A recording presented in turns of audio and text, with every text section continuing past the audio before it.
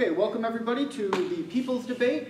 We here in Illinois have been confronted with an unfortunate choice of a billionaire versus a billionaire. And there are many other people running for governor. There's 14 candidates, but the TV only tells us about 2, and when they have to, they'll tell us about 4. But then they made sure that those 2 couldn't show up to the second debate. They want to restrict our choices as much as possible to people who will do what the rich people say. And I don't think that's right, and I don't think anybody in here thinks that's right. And most people that even go to those debates or even vote, they don't think it's right either. They just feel forced into voting for people they don't like for all kinds of reasons. I'm from the Green Party, and we didn't have a candidate this year. I wish we did. But you convinced me why I should vote for you, because I don't have anybody by default to vote for on the Green team. So I've been talking to libertarians, and I've been talking to some independent people, and make me excited to vote for you. Thanks for that introduction, Ethan. I just want to finish the introductions. This is the full slate governor's debate. This is the only debate that invited all candidates for Illinois governor. We invited 14. We ended up with 2, JO753 and Dan Fein. They're both write-in candidates. Dan Fein has been nominated by the Socialist Workers Party of Illinois. And my name is Joe Kopsick. I'll be your moderator tonight, along with Aaron Goldberg. Point that whoever's talking. Aaron is from Longmore, Illinois, where he recently ran for the Illinois State House. Also a former student of science at Northeastern University and a volunteer for the Lake County Green Party. As for myself, I studied political science at University of Wisconsin. I'm a self-published author and blogger, as well as a former U.S. House candidate and volunteer from the Libertarian Party. And as Ethan said, with us tonight is Ethan Winnett. Ethan's from Waukegan. He currently serves as the interim co-chair of the Green Party of Lake County.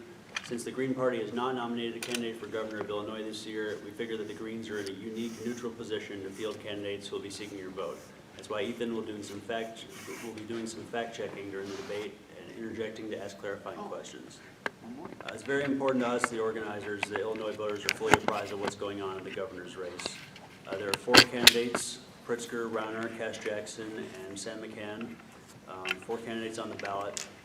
And our write-in candidates tonight who are here, in addition to the other, I believe it's 8 other write-in candidates. There actually could be more because we didn't call the Board of Elections of every county in Illinois, which is the only thing that would have let us know how many people are actually running. But we found 14, we invited all of them, and the 2 who had the guts to show up are with us here tonight.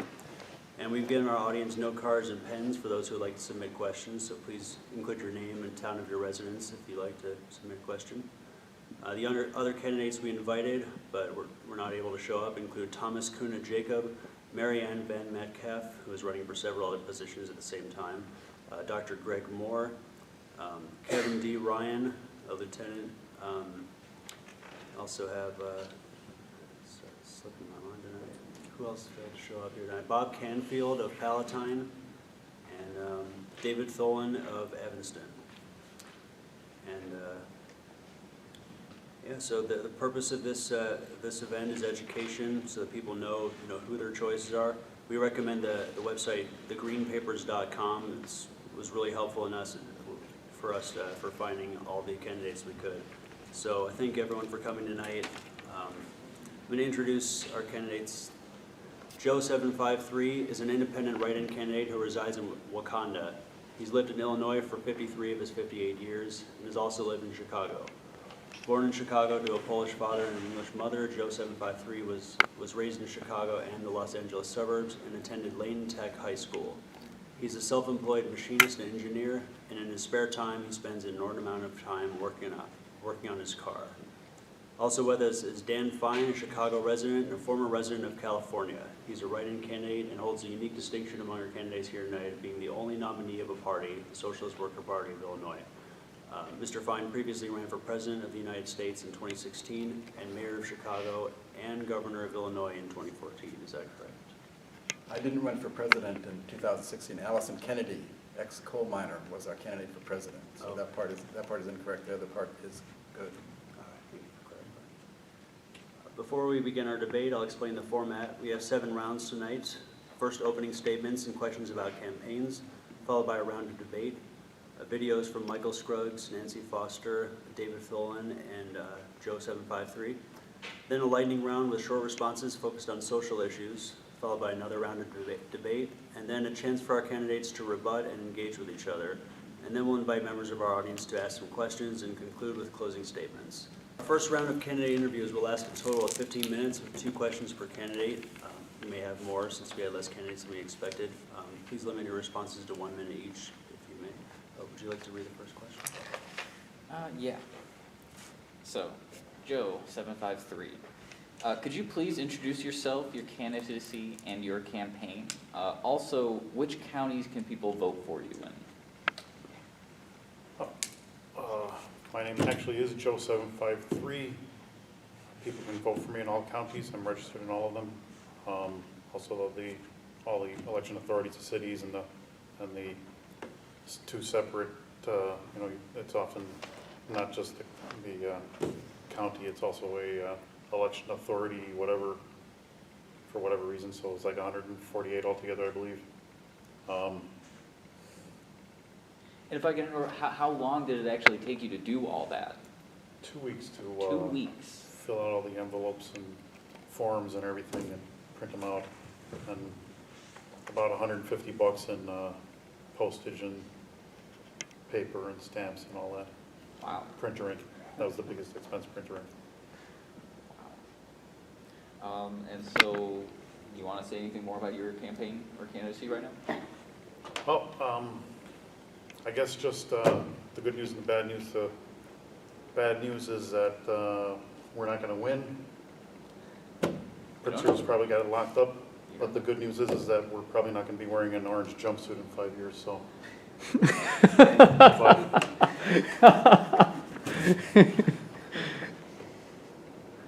Mr. Fein, could you please introduce yourself, tell us why you ran for governor, and also tell us which counties people are eligible to vote for you in?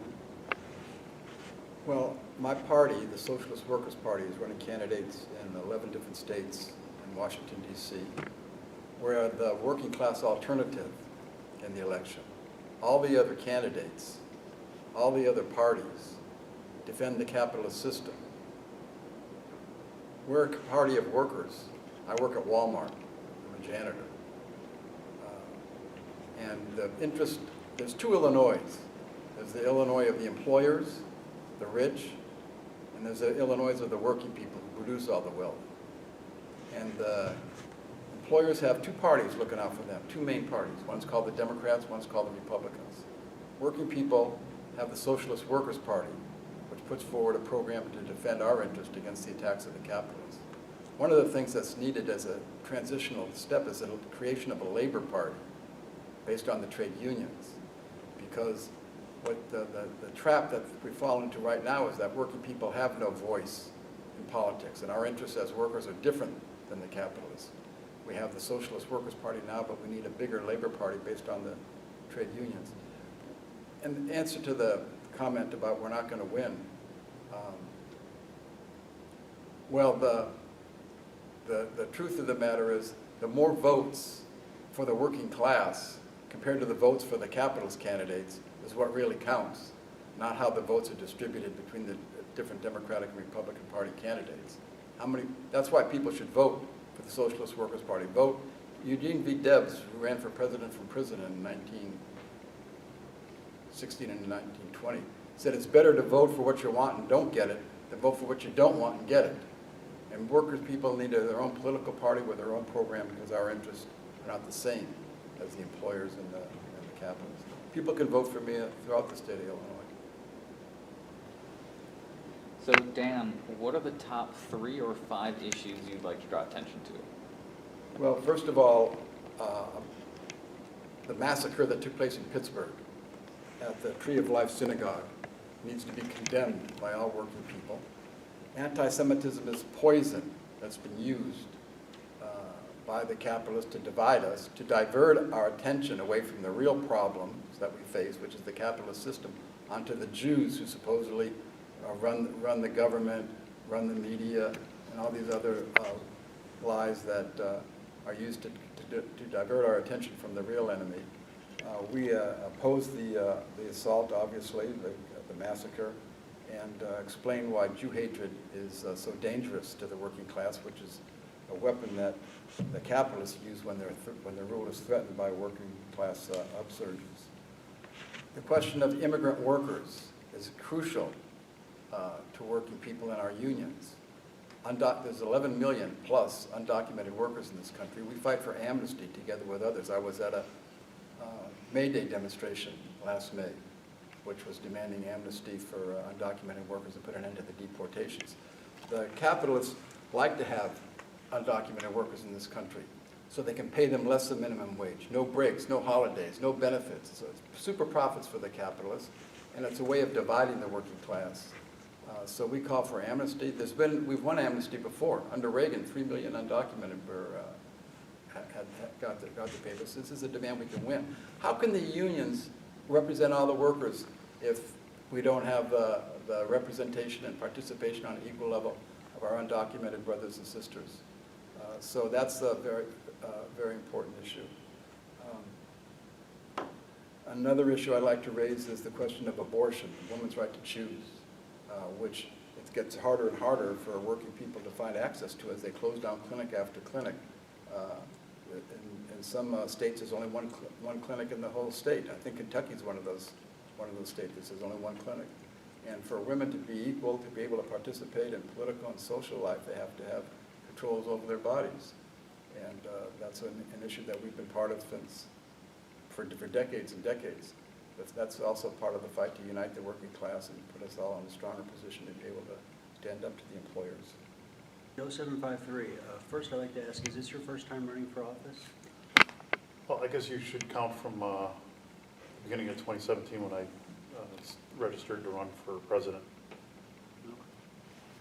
And what were the top 3 or 5 issues, especially facing the state of Illinois, that led you to run for governor? Well, I guess to run for governor, to me, is just a stepping stone to the presidency. There's not a whole lot a governor can do, especially in Illinois with King Ryan. So the few things I could work on here would be like traffic and phone scammers. And I guess also unrig the election. Just have automatic registration for everybody. Maybe even like in Australia where they have a graduated voting system. I think it's called graduated, where you pick your top choice and then second, third, fourth. Yeah. Or they call it Ranked choice voting is happening in Maine this year. The legislature tried to stop it twice, but the people fought back and got it to happen. So we'd love that here, if you can make that happen, Governor. So if this is just a stepping stone to you running for president, is there maybe something you want to say about maybe more the long run that we should be thinking about during this debate for you? Well, I guess so. I don't know if any of you have had a look at my website, but one of the big things is the guns page. And an idea I came up with in 2012, or 2012, was the gun incident tax. And to put it in a nutshell, what you could say is the gun incident tax is a counterbalance to the Second Amendment. That's, it's just essential to have counterbalance on something that powerful, and this would be it. That gun owners would be paying for all the expenses of their hobby. Guns are essentially a hobby for private citizens because all the guns in the country could disappear tonight. Tomorrow morning, everything else goes on like normal. And the gun proponents always try to compare guns to cars because of the similar fatality rates. And it's obvious that if all the cars disappeared tonight, everything is just dead tomorrow. I mean, not even if it's just only in America that all the cars disappear, the rest of the world's going to suffer too. I mean, the whole world economy would just come to a screeching halt. But guns, they could just all disappear. And that means they should be paying the entire cost of their hobby, which is something like half $1 trillion a year in medical expenses and damage and all that. So guess what? They won't be able to afford it. And just offer them a very generous buyback program, and then the guns are gonna start drying up, disappearing. And you can leave the Second Amendment alone, and, okay, people would argue that, okay, only rich people will have guns then. Guess what, there's a lot less rich people, and they're not really all that ready to go running around shooting people over dumb little disputes, or, you know, they don't need money, so. Would you consider for that higher taxes on gun sales or higher prices on gun permits, Or just a tax on gun Insurance. owners?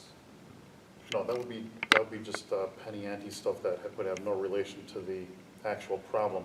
With a gun incident tax, the more incidents there are, the more these people are paying. And therefore the NRA and all the proponent organizations would start favoring laws that reduce this expense, because then, you know, if people are seeing, oh, I'm gonna be paying $1,000 this month for taxes on my guns, I'm not gonna be buying any more guns for sure, I'm gonna try to get rid of these, and then the price on the used market plummets. So the whole thing just collapses because they can't afford $500 billion a year for their hobby. Very interesting idea. Mr. Fein, have you had any obstacles that you've encountered as a write-in candidate, getting on the ballot or staying on the ballot? And is there anything that you would change about ballot access laws or the election that you think would make it easier for write-in candidates to go? It's getting harder to get on the ballot. Socialist Workers' Party in 1972, I think, was on the ballot in 44 states. The last presidential election, we're on the ballot in 11 states, as the Democrats, Republicans tighten their monopoly control over the electoral thing by saying you have to get more signatures and pay more money to get on the ballot. And especially it's directed against the working class having a political voice. So I say scrap all these signatures and money stuff and let workers have access to the ballot and have their own party with their own program. I mean, I salute you for organizing this event tonight and inviting all the candidates, but clearly from the lack of news media here, from the network stations and so forth, that's also part of what's going on here, is that my campaign primarily goes door to door in working class neighborhoods, introducing the campaign and our party's program. And everyone's heard of Pritzker and Rauner. I mean, they're on TV all the time. It's been millions, tens of millions of dollars on these TV ads and stuff. Elections are just bought by the richest candidates. And it's not democracy at all. It's just the rule of the wealthy. And they do it through their control of the media, which isn't here tonight. And the fact that their main publicity is the TVs and so forth, their monopoly on the political system makes it hard for working class candidates to get their voice out. JO753, same question. Did you experience any difficulties getting on or staying on the ballot? And also, as an independent, did you feel any pressure to join or form or become part of a party in order to keep your candidacy going? No. Aside from just the drudgery of doing 148 declaration of intent to be a write-in candidate forms, it was fairly easy. I don't have any money, so the $150 was a big drain, but it's my fault. Helps that you do it yourself, saves a little money. Sure. That concludes round one. We're going to move on to round two, which will last 20 minutes. It's the first formal round of debate. We'll ask our candidates about the most important issues facing our state, for instance, budgetary issues, jobs, the economy, and structure of government. Please limit your responses to, I guess we'll make it 1 minute. We'll try to spend about 3 minutes on each issue. First topic is population loss.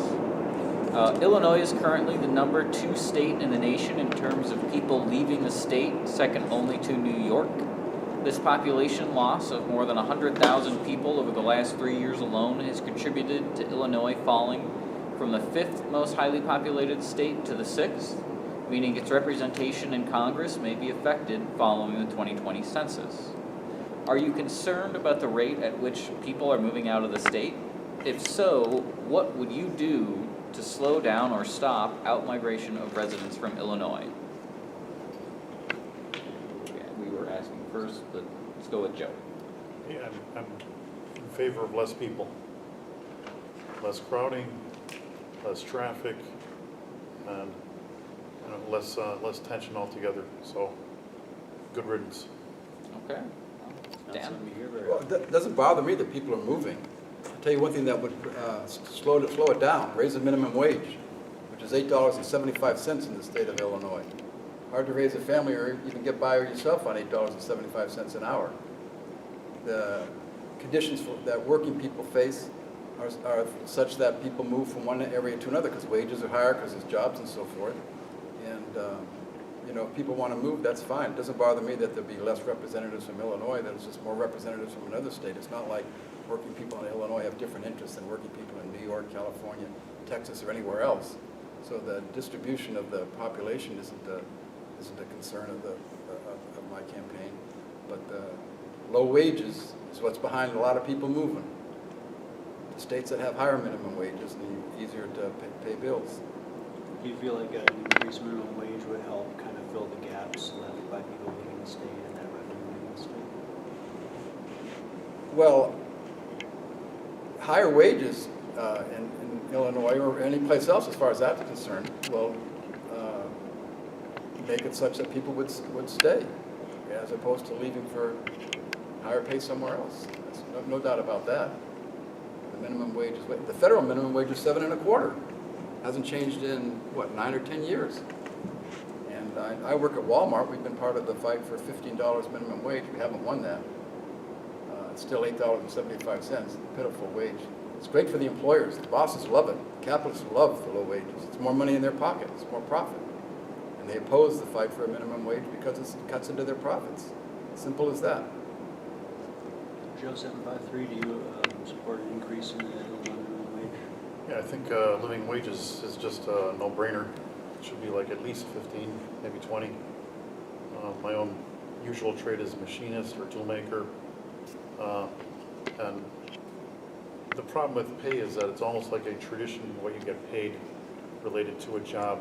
So my dad, he was a tool and die maker, which is extremely skill intense. You have to have talent and skill, training and experience, more than a lot of medical professions, doctors, and yet the most he ever got was maybe $23 an hour. So, and I never really got to the height of the profession that he did. So I think the most I ever got was maybe 23 when I was employed. I'm self-employed now, but just it's much tougher doing it this way because you have to be a salesman also, and I couldn't sell ice in the desert to a crash-landed plane load of Eskimos.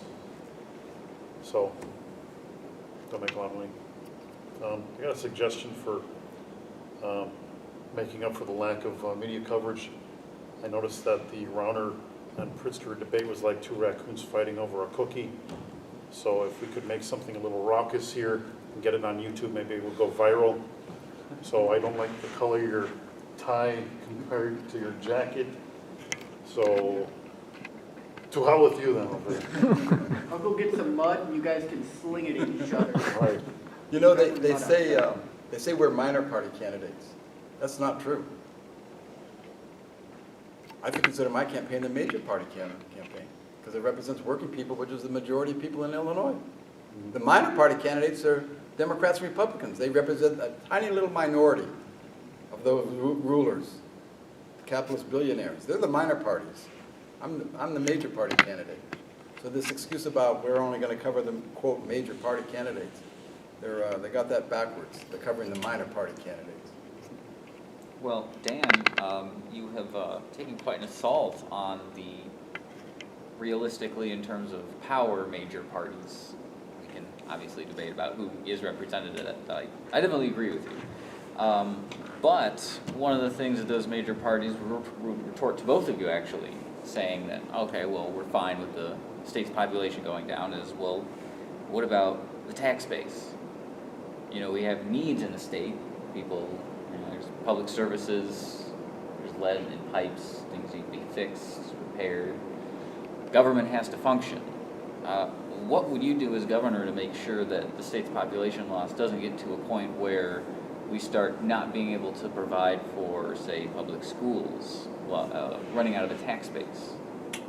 There's plenty of money and wealth to run the schools in Illinois, as well as health care and a lot of other things that working people need. The problem is that they're taxing workers. I don't think workers should pay zero taxes because our paychecks isn't enough without any taxes, but then they cut their wages again by taxing us on top of the low wages. So I'm for a tax program where the workers pay zero and the capitalists pay the taxes that are necessary to meet the needs of the working people in Illinois. It's not a matter of people moving away, it's a matter of who you're taxing and who you're not taxing. Joe? I'm pretty much in agreement with him on that. I got a webpage on my site, 7532020.com, that puts forth the idea that we shouldn't be paying taxes at all until we're past a certain level, a minimum level of income, because people below that are barely able to make ends meet as it is. So why are you trying to take more money from them? So I set it like $50,000 on the webpage, if I remember correctly, and pay some things on, you know, like your own health care or bits of it anyway, and of course sales tax, and tax on cigarettes or whatever, but income tax not until you got over 50,000 that you'd start paying a certain percentage, and it would be progressive. The more you make, the more you pay, up to I think I wrote 50% after $1 million, and that would basically solve all the starved government problems that we have. And seriously, with automation taking more and more jobs away, how are you going to be taxing people on income when they don't get it? So I'm also in favor of I forget what the actual name of it is, where people basically get a income, whether they're working or not, guaranteed basic income, that's what it's called. What would you do as governor to get the state's budget under control, especially with regard to state employee pensions? Would you favor cutting state employees' salaries or the number of state employees and contractors overall to help balance the budget? Yeah, you know, I think there's a lot of people out there who work for the government where they just got too much. I mean, something like $400,000 some of them are getting in pension, which is it's ridiculous, really. So I think I'd put a cap on the maximum of what somebody can get in pension. You know, renegotiate all the current ones and limit the future ones. Same question for Dan Fein. Would you like to increase or decrease the overall number of state employees, state contractors? You know, there's whenever there's what they claim to be a financial problem or a budget crisis or whatever, they always take it out on the working class, cut the things that we need and have fought for in the past. They balance the budget off the backs of the workers. I'm not for cutting anyone's pension. I'm not for cutting anyone's wages. There's plenty of wealth that's produced in Illinois to provide for the pensions. It's not a problem there. And as far as the budget goes, it's not our budget. The budget that the Socialist Workers' Party is concerned with is the budget of working people trying to make ends meet, not the budget of the capitalist state apparatus, which is just an instrument in the hands of the employers to be used against us. That's their budget, not mine. It's of no concern to me whatsoever, except to the extent that they try to cut the pensions and wages of working people, which is what they're talking about now, to try to balance their budget. Keeping the topic of public school employees' pensions in mind, what could be done to improve the state of Illinois schools? I guess we'll go to Joe first. Well, the biggest improvement that I know of would be to introduce the New Elf spelling system to preschoolers and kindergartners, and of course you'd have to teach regular English also. But that would alleviate a lot of expense.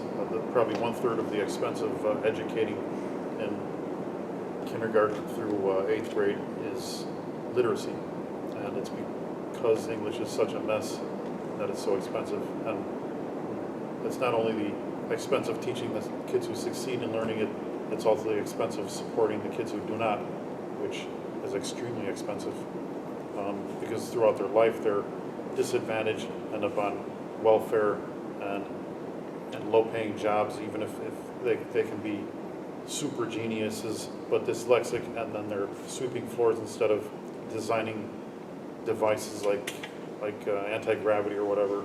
So it's really an ongoing tragedy. Not like it's going to happen anytime soon, but if anybody watching this is interested, you can go to newalf.com. I got links on the campaign website to it. Anybody here, if you want a Newalf Super Mini chart, I got some in the car. They won more funding for the schools, and they won a pay increase. Some of the teachers were carrying signs that saying, you know, teaching's only one of my jobs. They had other jobs, you know, to supplement their incomes. But I'd be remiss if I didn't say one of the more fundamental things is that under capitalism, education isn't for sparking the creativity, the awareness, the real history in this country or the world. It's more indoctrination of young people to make them obedient workers who will not go on strike, not talk back to the boss, not join the union, not go on strike, and just fit into the system rather than really give them an education. And that'll always be that way under capitalism because the system is, the education is part of the social structure of that capitalism has as far as young people going to schools and stuff. It's to indoctrinate them, not to educate them. So what would you then do to allow those students' voices to be heard? Because obviously they don't want to just be, you know, corporate, pencil-pushing, mindless zombies. So what would you do to empower their voice as governor? Join with the teachers like they did in the states that I mentioned. That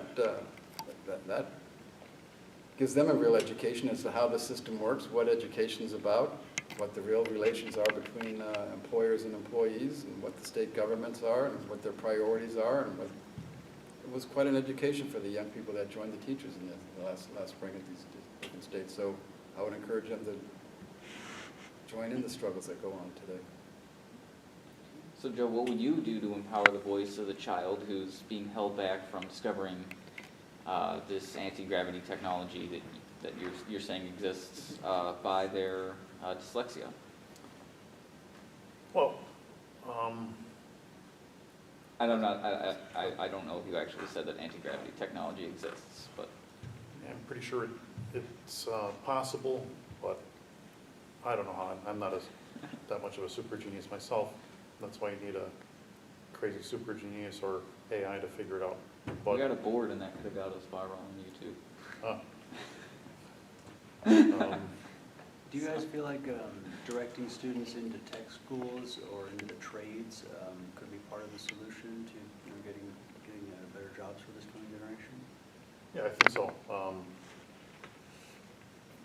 Not everybody needs to go to college. I think this is another major problem with the education system is that people think, okay, I have to go to this school or that school in order to get a decent job, and it becomes just like a badge on a car. Okay, this is a Mercedes, that one's a Chevy, this one's a Cadillac, that one's a Tesla, and you know, it's just bogus because what's going to be the value of the information put into this particular person's brain to the rest of society, and it can be zero.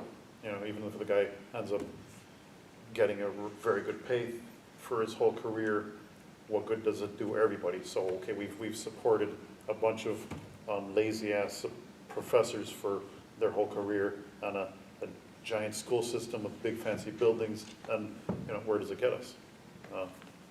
Basically nowhere.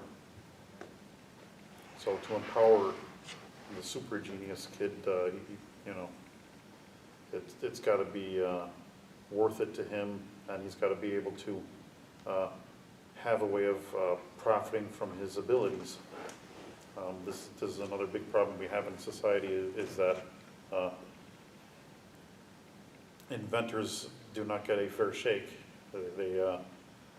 They get screwed by big companies, either by working for them or being an inventor at home and trying to market their product. They can't because there's no money to support it. A kid who has a talent for dunking balls.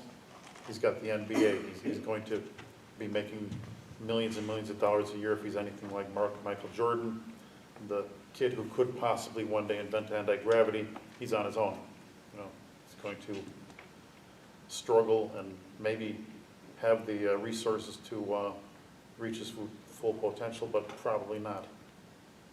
You were talking about how the idea up here, it's worth money, but you put it out here, maybe according to our court system, you're not even allowed to do that because of patents. You know, is there... Competition contracts. Yes. Is there anything that you would do, Joe, as governor to try and reform the court system in Illinois? Not necessarily just in regard to criminal justice, but business law and patent law and trademark law and really any sort of avenue at all whatsoever? I don't really think there's anything that can be done on the state level on that. The Patent and Trademark Office is it's federal, of course, so it has to be done there. The states, you know, they have, I'm assuming, courts to administer it, but they don't make the rules. They don't record the patents or anything. So as far as criminal justice then on the state level, is there anything that you would?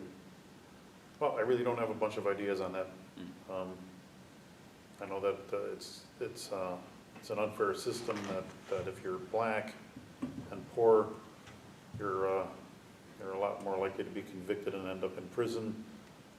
But you know, that's also probably more of a national problem than local. So how about more JO753, the presidential candidate? What's his views on going back to the patent and trademark laws? Well, maybe you could specifically talk about when it comes to especially like pharmaceutical patents. Mm-hmm. I don't know that much about pharmaceutical patents, but no, sorry. Well, pharmaceutical patents being, you know, say you have a life-saving drug, and it's patented. No one else can make this drug. Only you can make this drug, and you can control it. You can charge however much you want for it. So they had the issue with, what's his name, Martin Shkreli, and takes this life-saving drug, jacks up the price. They can do it. Nobody else can make that drug. I guess that's sort of the. Is that acceptable? Is that something that you would stop? Would you try and change the laws to make that impossible? Would you allow drug makers to patent what's otherwise just a chemical that someone takes in a tablet to save people's lives? Do you think it stifles competition? No, that's a real complicated question that I haven't put enough thought into to have a reasonable answer. But on patents in general, I think that for inventors, really, the patent system should be much stronger.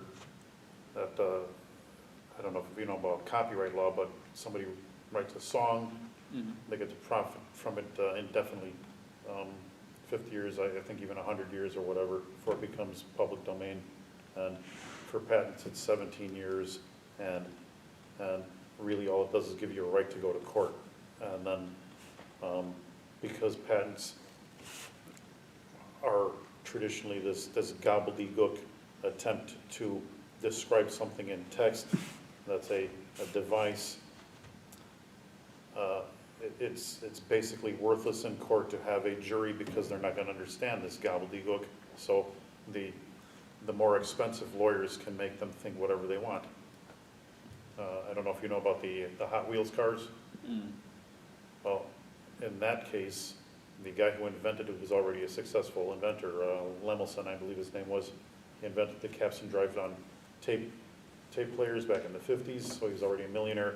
Back in 1965, when he introduced his invention for Hot Wheels to Mattel and Hasbro and Ideal and all the big toy companies, they all told him to get lost. A year later, Mattel comes out with Hot Wheels. And then he spent the next 30 years in court. He got rewarded $75 million, but he's 80 years old now. So basically stole a chunk of his life because of the weakness of the patent system. Thank you. And Mr. Fein, do you have any comments about how to reform the courts with specific reference to criminal justice and patents, if you wish? Yes, I certainly do. We just won a big victory with Laquan McDonald. First time in 50 years, cop was convicted of murder. The only reason he was indicted, went to court, and is behind bars, is because the protest marches and rallies that we held for 3 years. Usually the cops do what Jason Van Dyke did and don't even get indicted, don't even go to court, don't serve any time in prison. The courts are nothing but the capitalist machinery to put poor workers behind bars. 90 to 95% of people in prison are plea bargained. They say, look, you better cop a deal because the alternative might even be worse. So even if you didn't do it, they might convict you for something worse. So cop a plea, and 90 to 95% of people in prison are in that situation. Prisons are for the workers. And if they do put some white collar behind bars, they usually have a special prison that's more like a country club. So the courts are not a place where you find justice. In the streets is where Laquan McDonald found justice. And it's a victory in that maybe the cop will think twice before he starts blasting away at some black teenager again, knowing that Van Dyke is behind bars. The police cannot be reformed. Neither can the courts. They'll always be an instrument of repression under capitalism, to keep the system in place, to put us in check, and to discourage us from organizing. I just wanted to make a comment on. Okay. No. I'm for expropriating the monopoly pharmaceutical industry and have it run by the pharmacy workers and have it as a public ownership for the exact reasons you were mentioning. Right now they gouge patients who need the drugs and can't afford it. That's why in the United States you don't really have a medical system. You have an insurance system. What we need is doctors, hospitals, nurses, clinics, not insurance companies. What does insurance companies do for your health? To hell with the insurance companies. Let's get some medical attention from cradle to grave for everyone who lives here, whether you have papers or not, no matter what your status is. If you're a human being, you deserve as a social right medical care. Sounds like you want to not only get the profit motive out of healthcare, but also out of scientific discovery and intellectual property. And I think you're kind of right with the same idea. I think that'd be fair to say. I guess. I don't know about having the workers for the pharmaceutical companies getting all the profits, but certainly they should get paid better. The idea that the top dogs in all these companies are getting paid $50 million a year it's just ridiculous. I mean, how many yachts can you buy? So all that money that's just basically getting shoveled onto a conveyor belt up to the top, and the stuff that falls off to the side, off the belt, is the workers' pay. That's the way that people up there see it, is an efficiency. That's got to stop. And the pharmaceutical companies, the whole medical industry is one of the biggest examples of that. So Dan, a lot of people might say that, you know, the reason people in the United States pay so much more for drugs isn't 100% due to them being overpriced. Part of it is because the United States, with our patent laws, we're able to do so much better medical research than the rest of the world, and so we invent better drugs and have to charge more. And the only reason people in America pay more for drugs is because we get better drugs and better research. Do you have any thoughts on that type of perspective?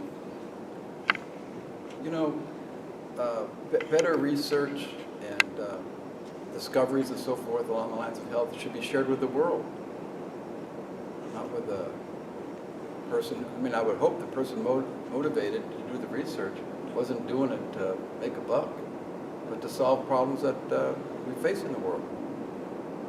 And there's a lot of drugs that are way overpriced, out of the price that people in Africa can pay, which is where a lot of medicine needs to go to fight against diseases and so forth, vaccinations and so forth, but the whole world, really. So it's a for-profit system. That's the problem. Well, that concludes round two. We're going to move on to round three next, the lightning round. So we're going to ask some social questions. We'll try to get some quick yes or no answers in order to save time and avoid getting wrapped up in some of the more contentious, divisive issues. Each of our candidates may take a moment to talk about an issue more in depth if he feels it is too important to gloss over, but please keep it brief. This round will last approximately 10 minutes. First question, as governor, yes or no, would you support legislation, or would you consider supporting legislation to create a public bank for the state of Illinois? Yes. Mr. Fein? No, May I inquire why not? because it wouldn't be a public bank. That's why, because when, it's like these farm cooperatives to help out farmers supposedly. They're all run by the big capitalist farmers. And I think the same thing would happen to a bank. The banks, I'm for the banks being nationalized throughout the country. And that together with other key industries that are indispensable for the public shouldn't be in the hands of private owners who do make their decisions based on profits. So you believe in a single nationalized banking system? Yes. Yes. Okay. Do you support the legalization of recreational marijuana use? Yes. Mr. Fein? Yes. And would you gentlemen support in general more or fewer restrictions on people's ability to access abortion services? Less restrictions. Less restrictions.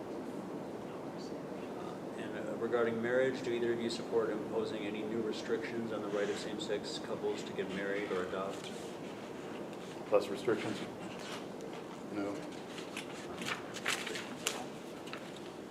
If you were elected governor, would Illinois stay a so-called sanctuary state for undocumented immigrants? Yes. Well, I want to expand on it, not give a yes or no answer. You know, Well, Chicago, that's fighting words right there. So now the city of Chicago is a sanctuary city. That does not prevent ICE from coming in and doing raids in the city.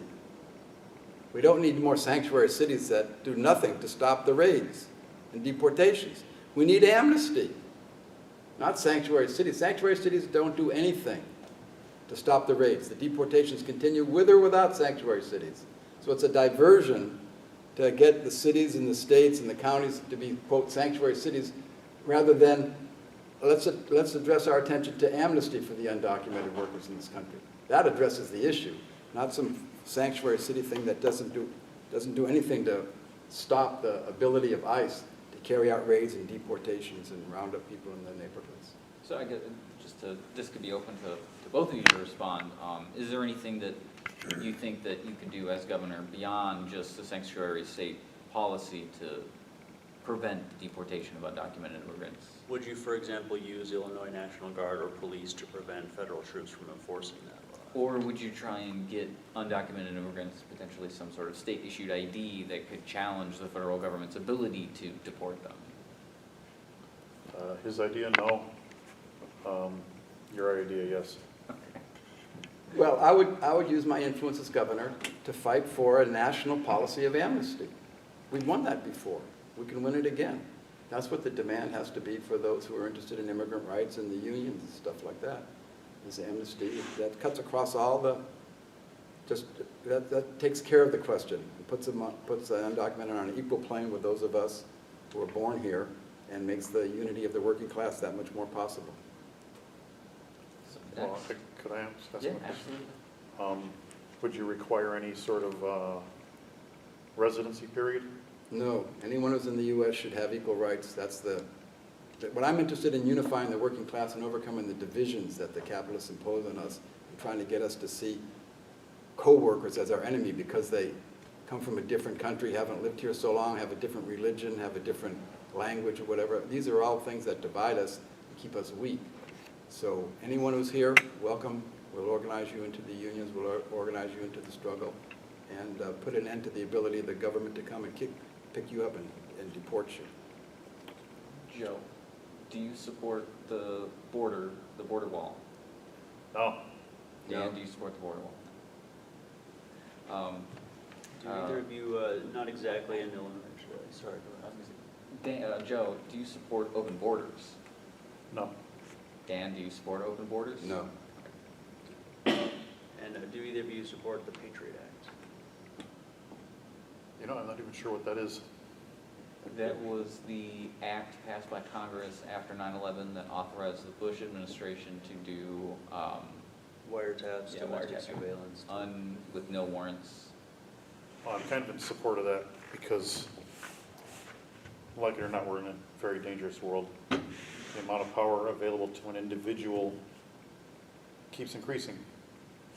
And the government just needs to be able to detect plots, detect unusual activity with dangerous materials. It's just that simple. Not an ordinary, just an ordinary working man wacko could spend the last 20 years of his life buying bug spray, stockpiling it, and then, blow it up, wipe out half a city with just that. It would create all sorts of nasty chemicals, dioxin, and just horrible. It would be a disaster, and it would just one guy. So the government has to be able to see, hey, there's an unusual amount of rape being sold over in the middle of Chicago here. What the hell's going on here? And they have to be able to somehow find out without letting the conspirators or the single lone wacko know that he's under surveillance. And that's just like one tiny little example. And then there's the whole thing with guns, explosives, and nuclear materials. I don't know if you know about the high school kid. I forget where he was at, one of the states. He was putting together a dirty bomb with old smoke detectors. I don't know exactly his process, but he was kind of a evil genius. So you could like turn the camera on the Batman angle now. He just got all these old smoke detectors, and there's iridium or thallium or something inside of them, and he was extracting it, and you get enough of those, and you can do some damage. Mr. Fein, do you think the Patriot Act is helpful or useful or necessary in preventing terrorist attacks? No, it's not designed to do that. Patriot Act is a strengthening of the repressive capitalist government to be used to spy on union activists, to spy on Black Lives Matter, to spy on those of us who are fighting for change. And look at what happened during the Vietnam War movement. The spying, the wiretapping was used to put down people who wanted to end the war in Vietnam. Martin Luther King was wiretapped for trying to advance black rights in this country. That's what the government uses these things for, to clamp down and limit the ability of working people to function without government harassment and repression. And that's what the Patriot Act used, the 9/11, as an excuse to strengthen the repressive apparatus of the capitalist state to be used against working people who are fighting for our rights. That's the whole history of the FBI and the CIA and stuff like that. It's not to, they're government agencies that's used against working people. Thank you. And Joe's comments, that kind of brings us to guns. When it comes to law-abiding citizens who are not mentally ill, would you support in general more or fewer restrictions on the right to obtain a weapon? There's just really no such thing as mentally ill. We're humans. We don't go on a level like this. We're up and down and up and down. So at some point in your life, and my life, and his life, we're going to be angry enough or confused enough or something, and a gun can turn a moment of confusion or rage into a tragedy. And it's just more power than a normal human should have at his instantaneous availability. Mr. Fein, are you in favor of more or less restrictions? I support the Second Amendment, not so much as an individual right, but history has shown when workers are on the march, when we're marching towards an insurrection, when we're marching towards power, that capitalists use fascist gangs, thugs, anti-union Pinkerton types to gun us down on the picket line. That's the history in this country and other countries. The working class needs to be able to defend itself against such attacks so we don't end up with a bloodbath all against us. So I'm in favor of the Second Amendment for that reason. The working class needs to defend itself from the attacks that will come down from the police, the armed gangs the fascist gangs that the rulers will organize when we make a challenge for power. Where do you draw the line, Dan? I don't. When people can go out and buy several hundred old smoke detectors to try and make a dirty bomb, you know, how many handguns can these workers get? How many assault rifles can these workers stockpile before that starts to become a problem? Is that an acceptable risk that you think we should take as society? The police will always be armed. When push comes to shove, there will be no lack of guns on the side of the capitalists, the cops, the fascist gangs to be used against us. That's what I'm interested in, is how working people can take power in this country. And gun control, where the monopoly of guns is simply in the hands of our enemies, is a recipe for disaster for our side. And that's why we need the Second Amendment to defend us from the capitalist state and the goons that they organize to protect their system. So Joe, I don't think we explicitly asked you though, do you believe in the Second Amendment? No, No. it's a mistake. When you look on the GIT page, gun incident attacks page on my website, you'll see two pictures which link to videos. One is for a flintlock, which is what the founding fathers were thinking of when they came up with the Second Amendment, and then the other is a Chris Vector, which is what people could get now, which fires 1,200 rounds a minute. And it's very reliable.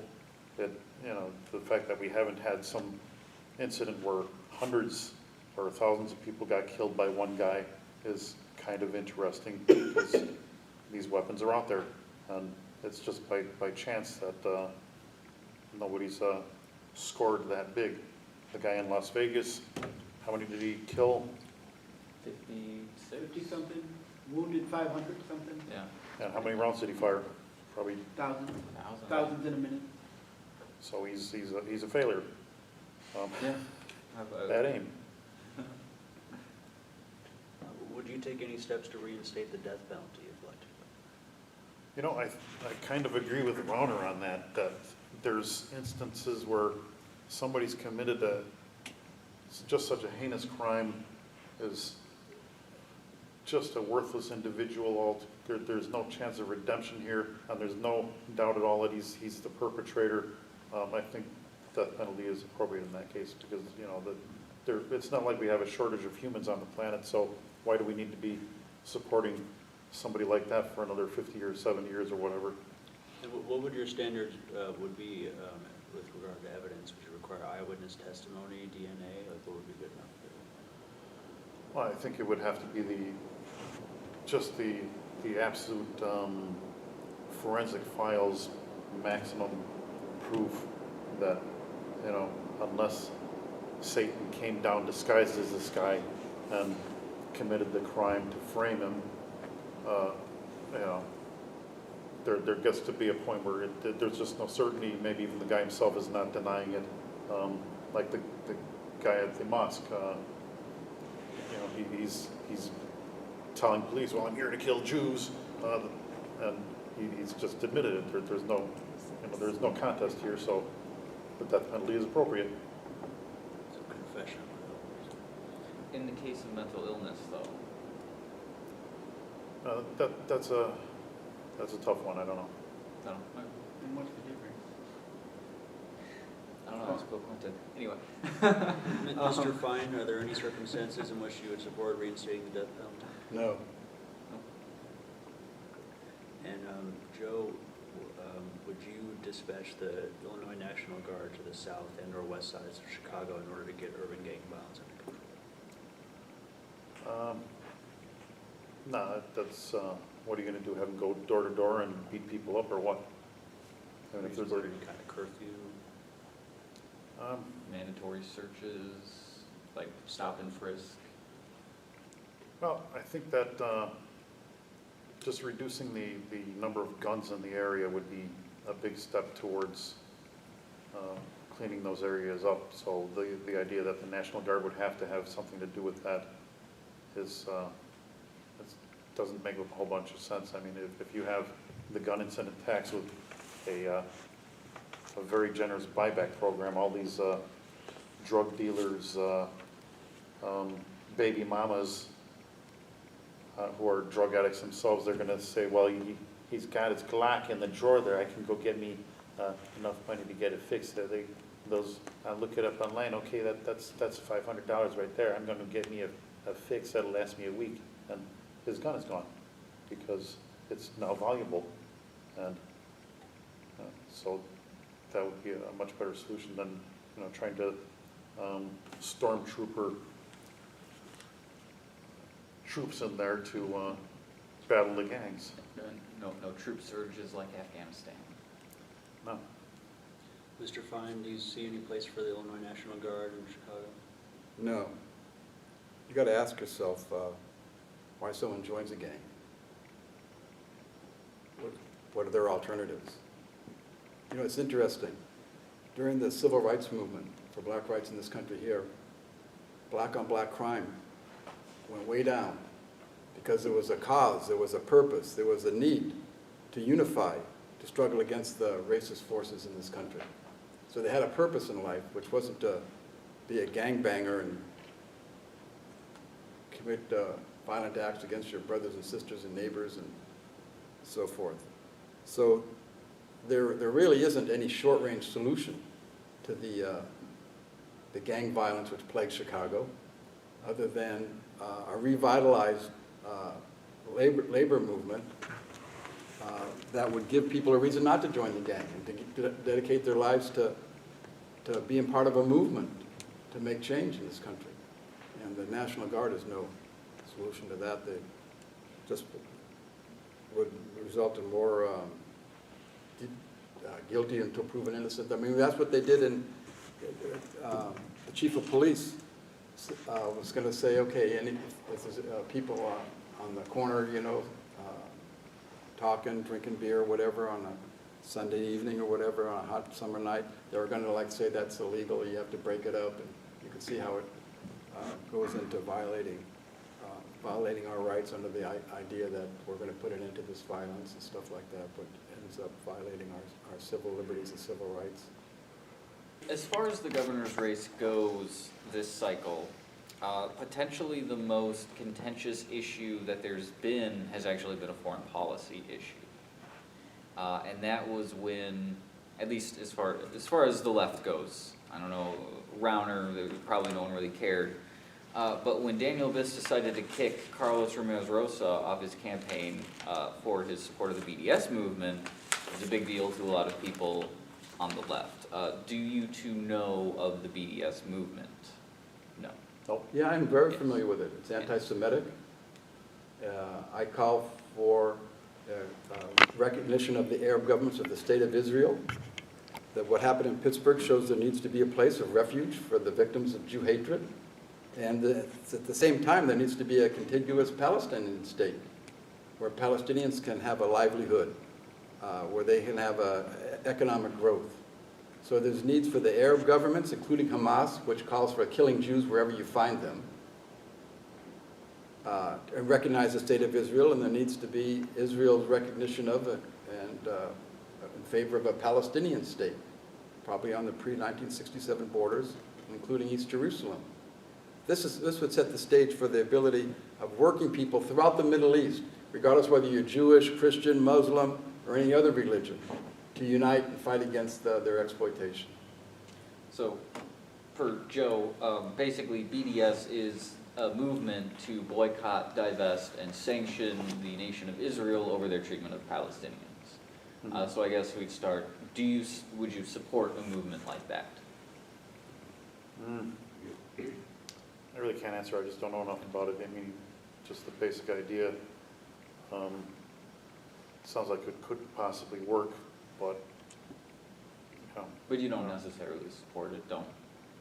no, I don't have any opinion on it. And Dan, do you support what is the current BDS movement? No, definitely not. Definitely What would you propose instead of, because they were trying to do it, BDS movement was founded as a nonviolent way to pressure the Israelis into allowing the Palestinians to have a state.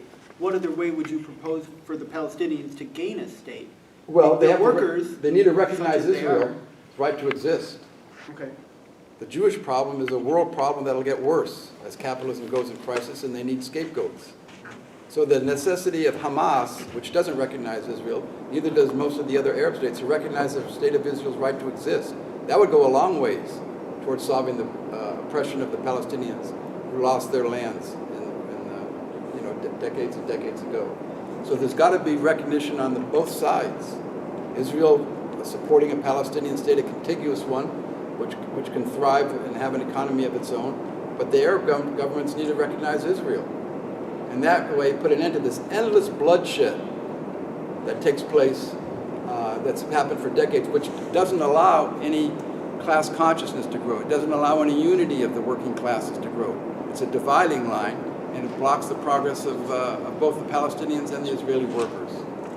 Just a clarifying question about BDS. Do you think it would be any more acceptable what the BDS movement is doing if they were completely okay with, Americans trading with Israeli businesses operating within pre-1967 borders? What if the boycott exclusively dealt with businesses set up by Israeli companies on what some consider occupied land? So BDS only for Israeli companies and factories and farms in what is considered occupied Palestinian territory, according to the 1967 border. That isn't BDS's stance, which you just outlined. That's correct. No, it is not. No, it is not BDS's stance. Okay, so we'll address that if it comes down to it. Don't hold your breath. But is that something that you would potentially support? I don't support the boycotting of Israel. Okay, yeah, well, in that case, that sort of answers the question. So then in the broader sense, though, what they've done is they've tried to make this blatantly illegal. No businesses, individuals, government agencies cannot intentionally boycott, add in the name, the Israel.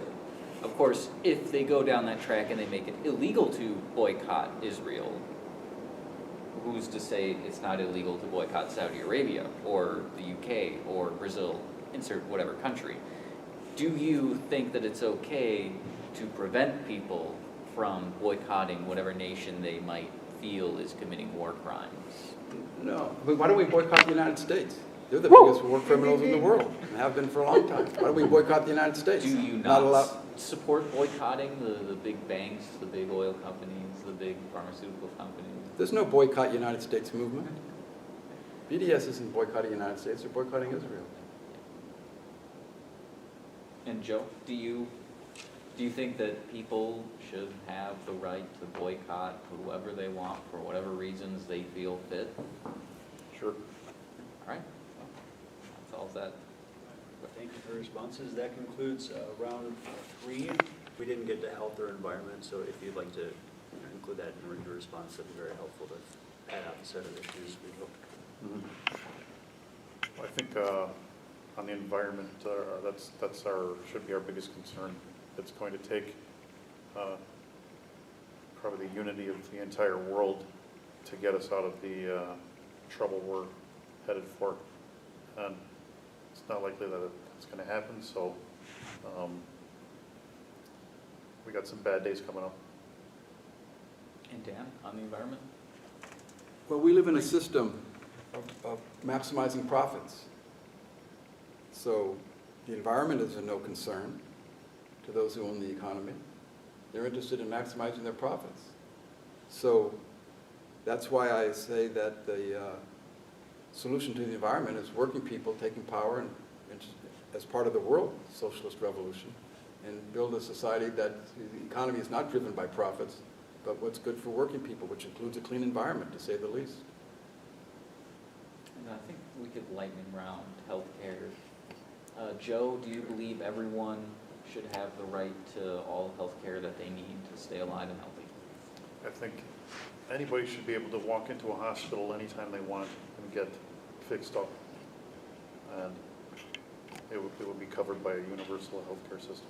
And half the way of making this work is to get the pay structure under control in medical fields. Doctors, bless their hearts, they're doing great work, but at the same time, does that mean they should be making 10 or 20 or 30 times more than ordinary people do? And then the cost of everything they use is just, you know, okay, is this going to NASA or what? No, it's a toothpick in a paper bag. It's ridiculous. So, you know, obviously the costs are out of control, and you know, the thing that causes this is insurance. When you separate somebody from the cost of what they're getting, then the person who is charging them price for this can say, well, I can jack it up. And then it just escalates, because it gets to the point where even the insurance companies can't support the price, and then they don't have to, because the government's going to bail them out. And then we have the exact situation we got going on right now. So, Follow-up question, do you think that Obamacare improved the state of American healthcare or not? there's no doubt that it did, because you can plot the rise on a graph and see, okay, that went like this instead of like that for the last several years. So, you know, even though it's just not enough, I think I wrote something like it was a step in the right direction when it needed to be a running long jump, but it was, you know, at least a step in the right direction. Mr. Fein? You think Obamacare made things better? Other comments? No, Obamacare kept medical coverage as a profit-making capitalist enterprise. It's a business, with Obamacare, without Obamacare. It's a business. It was insurance. I know people who did Obamacare because they had, no other alternatives, but it was very expensive. It was very high deductible. That's why a lot of the companies pulled out, because they weren't making enough money on it. But what we need is not insurance, not for-profit medical system. We need a system that just guarantees every human being the medical treatment they need from the time they're born to the time they die. There's plenty of money to pay for this. There's plenty of wealth that's created by workers and farmers in this country to pay for this. When they say who's going to pay, that's a bogus objection to it. It should be not for profit, not privately owned, not have anything to do with insurance companies. Insurance companies are unnecessary to provide medical care. What we need is doctors and clinics and nurses and so forth who treat everyone who needs it, period. End of story. A question about abortion rights. I've never heard this addressed by any candidate for any office, but I believe the doctors who do the abortions need to have some kind of protection under the law. They've been threatened, they've been harassed, some of them have even been murdered, and there's no end to it. How do you feel about protecting doctors who do abortions? Well, I think abortion should be entirely the decision of the woman, because, you know, it's her body. Yeah, I agree. And the doctors that perform it, of course, they should be protected. It's just obvious that somebody would get the idea that he's going to tell somebody else what to do with their body on, you know, a major thing like giving birth is just ridiculous. That's not civilization, in my opinion.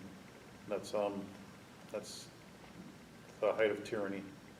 So protecting the doctors that do it is an obvious idea. Do you think that maybe should there be a special task force, criminal task force that tries to protect these people? Should there be increased penalties, making it a hate crime? Is there anything extra that you would do to try and protect them? Since they are obviously a targeted group. Well, I haven't thought about it enough to answer that question. Because I think if abortion is made illegal, women are still going to have them. But they're going to be done by doctors who are not qualified, which will result in deaths or unwanted sterilization. And I mean, I personally feel if a woman is pregnant and the sonogram shows the baby's not going to have any arms or be blind, that child should not be forced to live a life like that. Well, I agree with what you're saying. I don't think there's any short-range thing that we can do to protect a doctor from being harassed or even killed. But I tell you what would help, certainly, is to revitalize the movement that existed back in the late 60s, early 70s to defend a woman's right to choose. What's unfortunate is that the traditional leaders of the women's organizations, NOW and NARAL, put all their efforts into getting Democrats elected who do the same thing as Republicans as far as attacking a woman's right to choose. Instead of mobilizing the majority support that exists for a woman's right to choose in the streets, demanding more clinics, demanding less restrictions, and advancing rather than retreating, which is, we've been on a retreat for almost since Roe v. Wade was passed. They've made more restrictions, and you have to have a hospital next door and all these other things. But a fighting movement in the streets to defend a woman's right to choose would change the political atmosphere to make it more untenable for someone to shoot up a doctor because he's carrying out, runs an abortion clinic. These women's marches that have taken place, they don't raise abortion at all.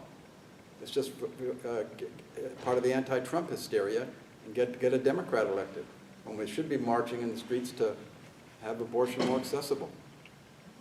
I don't know who I saw first, so it's up Well, to you.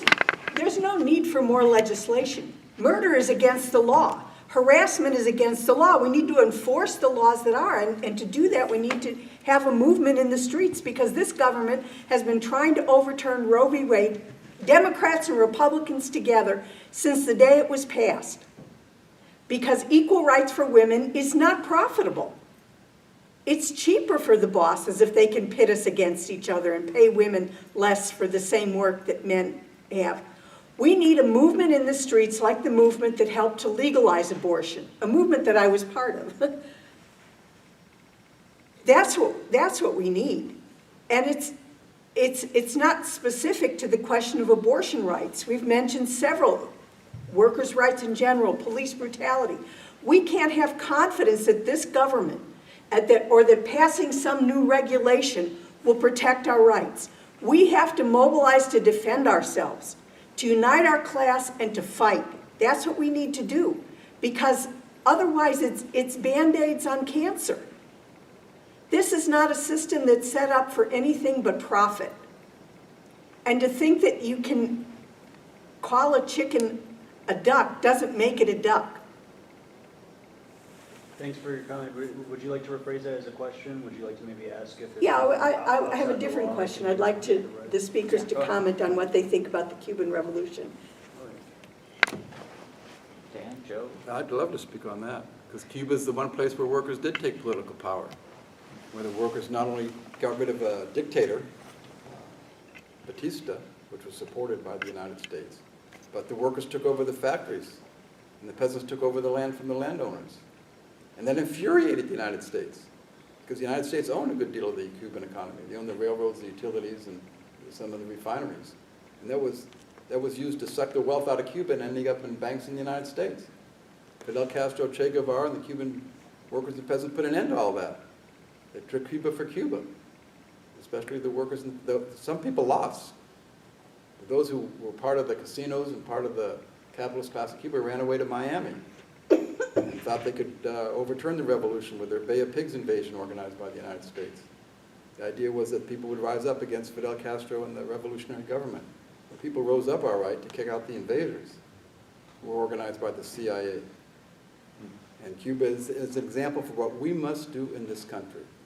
Make a revolution, overthrow capitalism.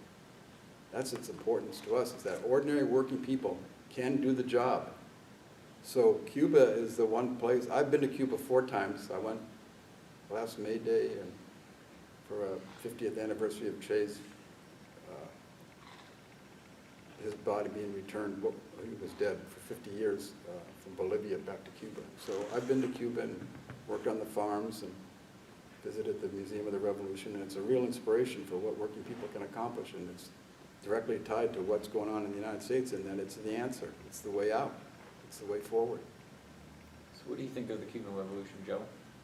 I think he said it all. I really didn't pay a whole bunch of attention to that in my younger years, so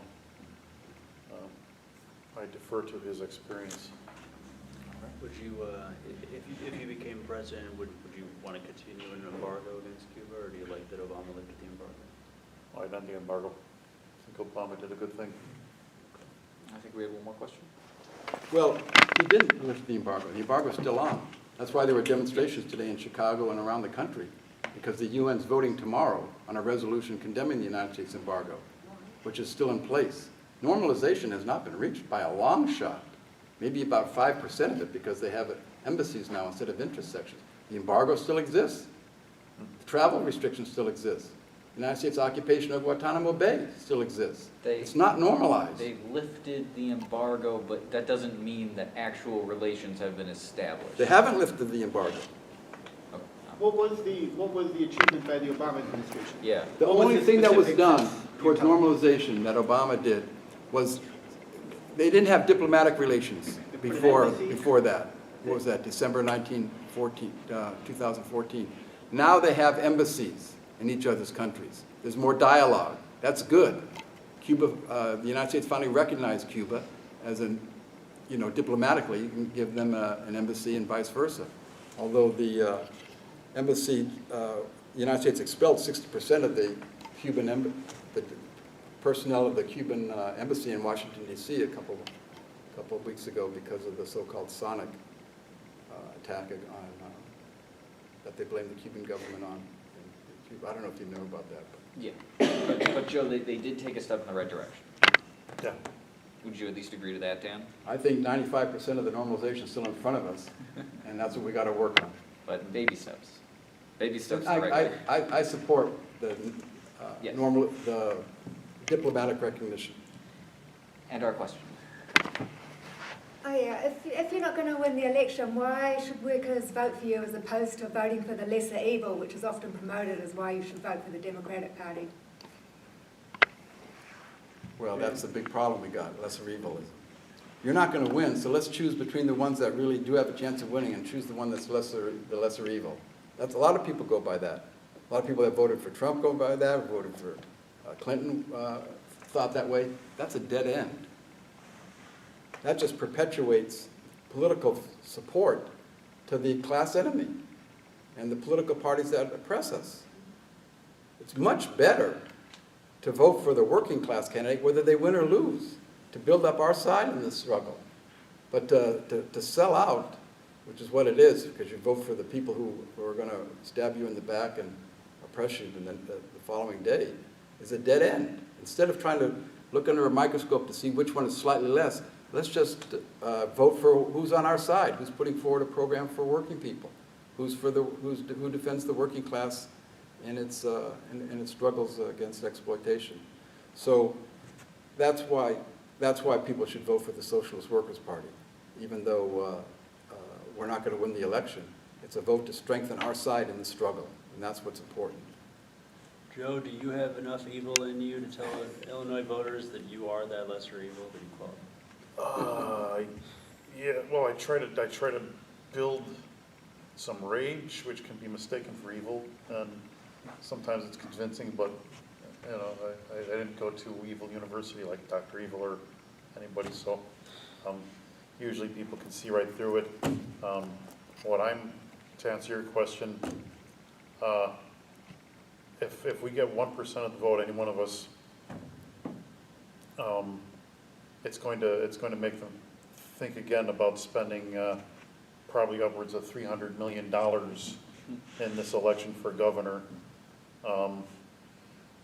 So the way to win, what you were talking about, it doesn't work because you're going to have to talk to every single voter and convince them of your vote for who you feel is going to be for you. No, it just doesn't work because they're going to see, okay, I've been seeing commercials for Rauner and Pritzker all day. There's no way to beat that. I have to vote against Rauner or against Pritzker, whatever their choice is. What I think could possibly happen is that some really dynamic individual, let's say this was Obama sitting here talking to the camera, it would go viral and outmatch the $150 million if you divided the money evenly between Rauner and Pritzker, because you can get zillions and zillions of views on YouTube, and there's so many people walking around looking at their phones, and they're gonna get a tweet from somebody, hey, look at this, and it's gonna be Obama sitting here. Oh, it would be interesting to people. It would get hundreds of millions of views, which for free instead of $300 million, and possibly sway the election. People would think. I think, everybody's talking about this now. It's everywhere. They're talking about it in Japan, and this could, even if somehow I connect with the audience here, and they think I'm this amazing, crazy guy who changed his name to a number, and then say I could vote for that guy, I like his ideas, and I get 10% of the vote for $150, and then they're going to think, well, are we going to put $200 million into this election next time for Illinois when we got wackos like this who are going to blow us out of the water for nothing? No, they're going to think twice about investing their money in it, and it would be a start. Maybe by 2030, maybe one of Obama's daughters, yeah, there you go, could steal the election from whoever, from the Democratic Party and the Republican Party. So, to start, we have to steal Illinois. If you go to my website, the very first thing you'll see is, can you count, suckers? I say the future is ours if you can count. And you can click on that and see the actual scene from The Warriors. I don't know if anybody seen The Warriors? What? It's a movie about gangs in New York from 1979, and you got this very dynamic individual who's going to unite all the gangs to take over the city.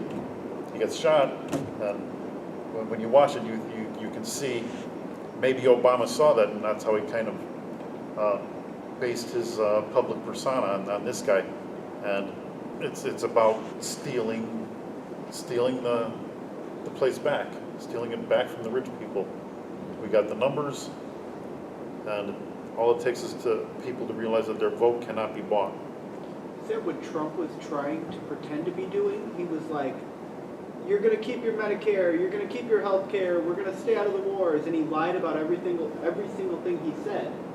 He was pretending to be a leftist, and middle America supported him. And then he gets into office, and all of his policies are just checkmark, sign far right, as far as he can, for businesses.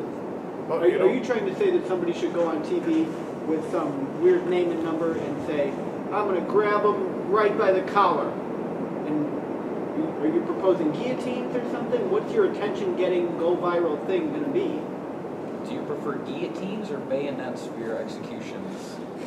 Oh, I actually got a new opinion on that. The American Ninja Warrior, their final obstacle on the city final is called the spider trap. Effectively, being a mechanical genius, I saw right away, gee, this thing's like an alternative, almost like a combination of a noose and a guillotine. So that would be my choice. Sorry, Mr. Fein. Tens of millions of working people who voted for Obama twice voted for Trump 2 years ago. His life was going from bad to worse under Obama's policies.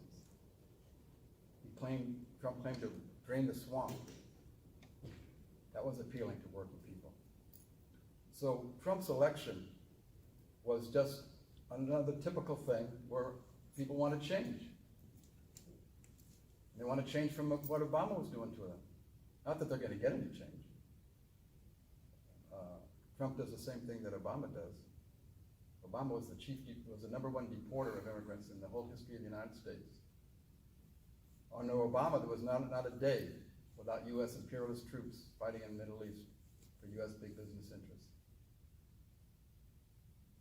So I don't think that people who voted, when I go door to door, when our campaign goes door to door in working class neighborhoods, whether someone voted for Trump, Clinton, Sanders, or didn't vote at all because they couldn't see any candidate worth voting for, makes a little difference to their interest in what I've laid out here tonight.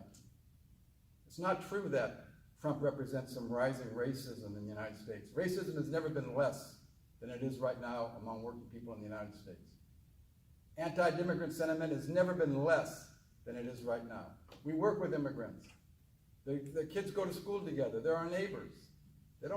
Working people don't support deportations of their neighbors and co-workers. They don't support, you look at the Laquan McDonald demonstrations. Sometimes half the crowd would be Caucasian. That's a change, that's great.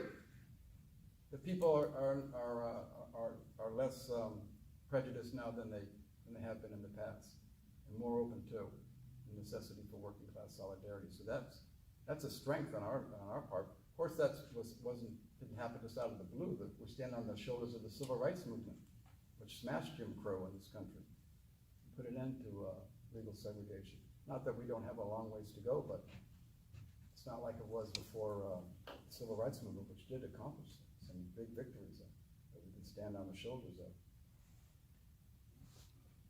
Any question? Yeah. So I previously mentioned the power of voting with your dollar. I'm personally a big fan of it, specifically thinking about how our personal investments promote the power of corporations, excluding their tyrannical influence over the media and thereby our consumer habits. I feel that a lot of people submit to the view that through politics, and don't get me wrong, politics are important in being able to change the process because lobbyists have a large control over how certain products go to the market.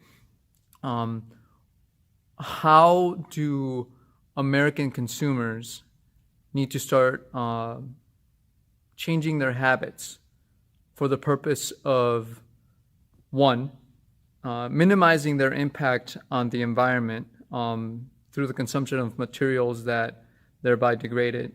Two, minimize the environmental impact of that their consumption provides.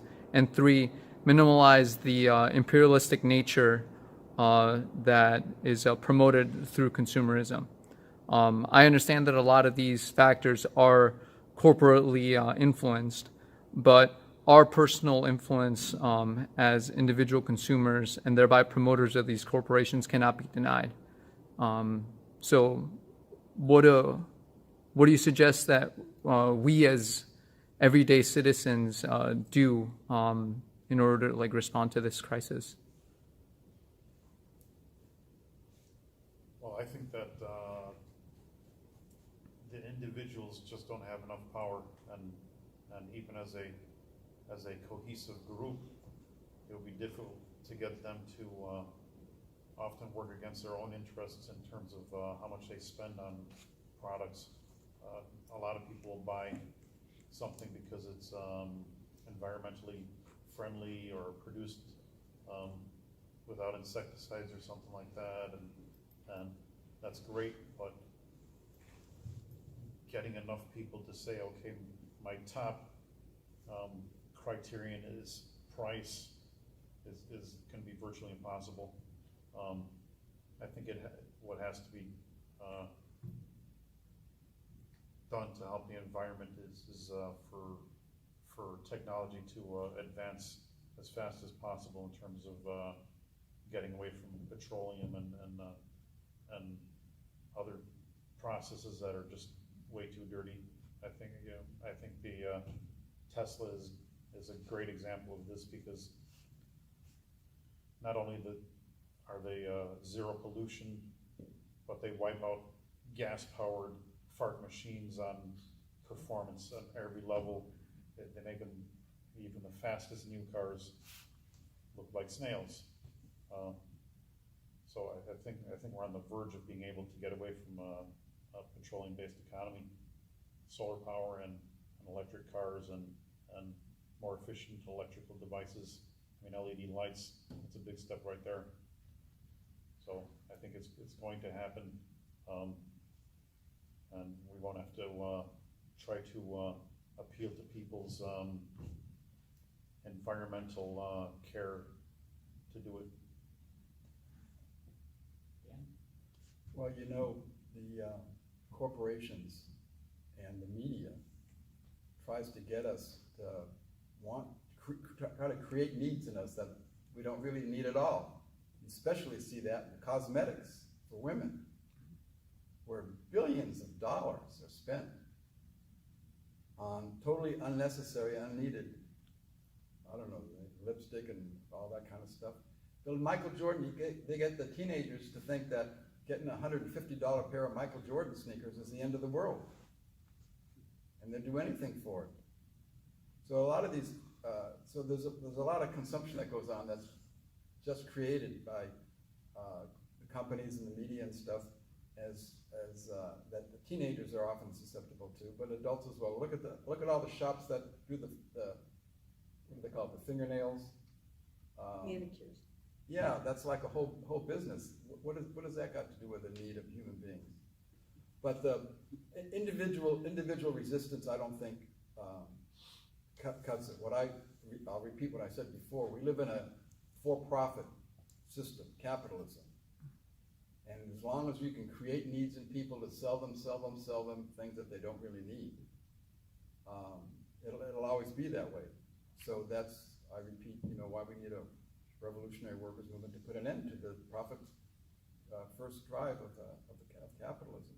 But an individual buying this or buying that doesn't really have as much effect as getting rid of the system that promotes this kind of stuff. So would you then say, because thinking too about like the common crises that affect the entirety of like the world population and thereby the American population, the environmental crisis is one of those. Yet some of the factors that end up influencing it in terms of lifestyle changes are some of the most overlooked things that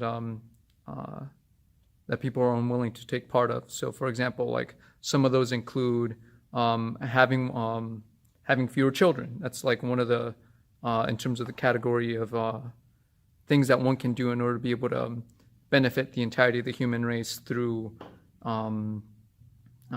partaking some sort of action that will then benefit the environment and thereby the entire world. That's the first one. The second would be giving up the consumption of meat. And the list goes on. Like when you look at like clean energies and sustainable energies, those actually are like pretty low tier in regards to like things that would actually enact actual and effective and immediate societal and environmental change. So do you see any place in, I guess, the future of Illinois or even the country for there to be like a limit on how much people eat meat or a limit on how many children people should have? Yeah, I think it's just going to be essential. The problem is that I think that we're already way over the limit of the number of people that the ecosystem can support. So we'll be lucky if we're not experiencing worldwide famine, plagues, maybe the zombie apocalypse if everybody's predictions come true. So really, less babies. I mean, seriously, how many people do you need to have? When you talk to these people about right to life, and they say, oh, you could fit the entire population in the state of Texas. Yeah, okay, until somebody needs to take a leak, then what do you do? There's just got to be less people. I don't agree. I think a woman's right to control her body includes deciding how many kids she wants to have. Who are you to tell her how many kids she should have? That's her decision. That's her body. That's her boyfriend, her family, that's her life. China had that policy. They don't have it anymore. They penalize people based on how many kids they had. I totally oppose that. The problem isn't too many people. Look at the transportation systems. We were talking a little bit about this before the program began. They're cutting bus service in Chicago. They should be expanding it. Why make us dependent? Why should everyone have to have a car to go to work? I spend too much time in the damn freeways going to and from work in Chicago. Why not expand bus service and subway service in all the cities? Why not have more Amtrak? Instead of having everyone have their own car with their own insurance and their own paying for gas that's almost around $3 a gallon and stuff like that. Well, it's the auto companies don't agree with that. And you have, I mean, the LA back in the day had a mass transit system that was undermined and destroyed in favor of the putting freeways and cars, which is, you know, I'd much rather ride a subway to work than, or a bus to work than drive a car, that's for sure. So I think I don't think restricting rights of individuals, how much meat they can eat, how many kids they have is the way to go. I think the key is to eliminate the system of capitalism, which doesn't care at all about the environment or the health of its citizens. And put in a workers' and farmers government that represents the working people and not corporate interests. Thank you for your response. That concludes audience questions. Thank you for your questions. And now we're just going to have closing statements. Please explain why people should vote for you for Governor of Illinois. Please limit your answers to 1 or 2 minutes. And if you like, explain what or who inspired you to run for governor. Well, for me, I think my video would be my answer to that. Sure. So to play that in. Yeah. Dan, would you like to provide your answer while we're looking for the video? Well, I've already spoken quite a bit on what the Socialist Workers' Party stands for. I appreciate the invitation to be here. If people want to learn more about some of the ideas that I raised, there's literature in the back that I encourage you to look at when the program is over and see if there's a book or the newspaper or a flyer that you'd be interested in more about. We have a flyer, a statement I put out on the massacre of the Jews in Pittsburgh, and there's another flyer that explains more position of recognizing Israel and the Palestinian state on the table, as well as some good books about how we can make a revolution. Thanks so much to both of you for coming. We're going to play a video by JO753. Hey, you want to come up here? Some videos by Dr. Nancy Foster, Michael W. Scruggs, and David Tholin. Hanson not rushed it, but now faces this new obstacle, Jeep Run. All right, put the key in the ignition and go. As the ride around now jumps over the second steering wheel. Keep it up, man. Keep it up. You're doing great on time. Gets to the second one. Now I think this one on that big rotating tire. Hanson on a decent pace, but you know the clock has to be in his head. Taking some extra swings here. But he gets through the first to conquer it tonight. Now the warp wall back in LA qualified. He was the first to make it up the Melbourne wall and take on the $10,000. That was 18 feet, so this should be no problem.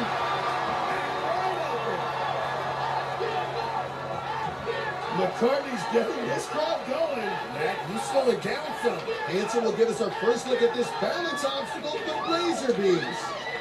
All right, look at the basketball ninja go. Look, there we go. With only about 40 seconds left. Now he'll be the first to try another new obstacle, twist and fly.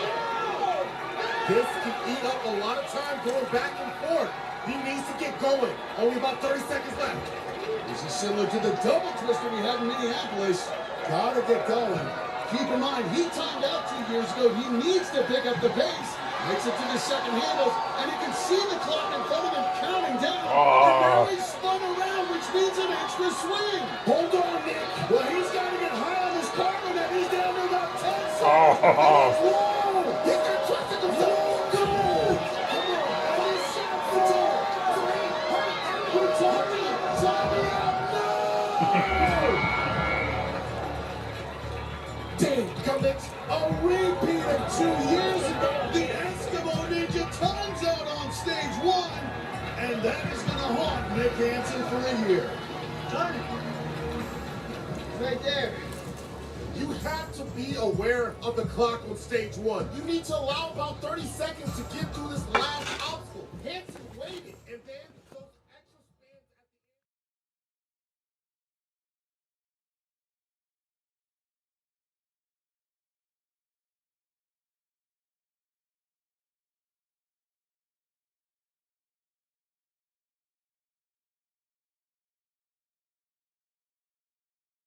Good evening, everyone. I first want to thank you for taking the time to learn a little bit about me and for what my campaign stands. I was born and raised in East St. Louis, Illinois. I have only lived outside of the state to work towards my bachelor's in sociology at Mississippi Valley State University and HBCU in Itta Bena, Mississippi. I returned home to attend SIUC, where I matriculated towards my master's in rehabilitation counseling. I have a master's in administration of justice and security and a PhD in international psychology. As you can imagine, I love to learn. This is an underlying theme for me. I have no biological children, but consider my 22 nieces and nephews as my children, 4 of which are great nieces. I'm a huge Trekkie, love sci-fi, action movies, comedies. I love gardening and have had a garden each summer for the past 10 years. My nieces and I love painting, going to the movies, and just being creative. I'm quite humbled to be in the position I am. I'm running for governor of Illinois. I take much pride in the decision to vie for an office that denotes respect, citizenship, and humanitarianism. A few years ago, and after much thought, I decided to run for governor. I was asked a few times, why do I believe I'm a good candidate for this office, which was a very good question, a fair one to ask. The person occupying the governor's seat should be fair, honest, ethical, intelligent, compassionate, and good. I have these traits and many others that would assist me in succeeding as governor. I wholeheartedly enjoy people and wish for the achievement of their interpersonal, social, and vocational goals. I have worked in social services all my adult life and have an appreciation for community service. The process to campaign is not equitable, unfortunately. The rules pertaining to one's name being on the ballot are quite skewed. The rules are not set up for non-rich people to run for any seat. I have heard many people offer that the two-party system isn't fair, but this two-party system is the only system the rules are set up to support, which of course is not fair and does not advocate for patriotism. I have campaigned in the past. While matriculating towards my master's in rehab counseling at SIU Carbondale, I did campaign for mayor of Carbondale. I did lose in the primaries, but that's okay. It was a learning experience, and it only heightened my sense of wanting to work in politics at some point in my life. During my senior year of high school in East St. Louis, Lincoln, I was the president of the youth council to elect Gordon Bush mayor of East St. Louis. Our candidate won. This was an incredible experience that I will treasure always and continue to this very day. I am running as an independent. I believe that it is important to have a foundational structure to our philosophy surrounding important matters like social issues, economics, foreign policy, and such. My beliefs are not solely rooted in one basic philosophy, but an eclectic viewpoint. I do have my own personal beliefs, but I do want it understood that my personal beliefs should never affect the needs of others. For example, I'm pro-choice, but I do not believe in using abortions as a form of birth control either. I believe in the Second Amendment, but also believe that we, this state and country, need stricter gun laws on top of enforcing those that are already on the books. I will insist on term limits, 3 terms maximum for state legislature and 2 terms for governor are what I will advocate to achieve. Socially, I support people's desire to live the American dream. Government should support these desires and not insist on roadblocks to achieving them.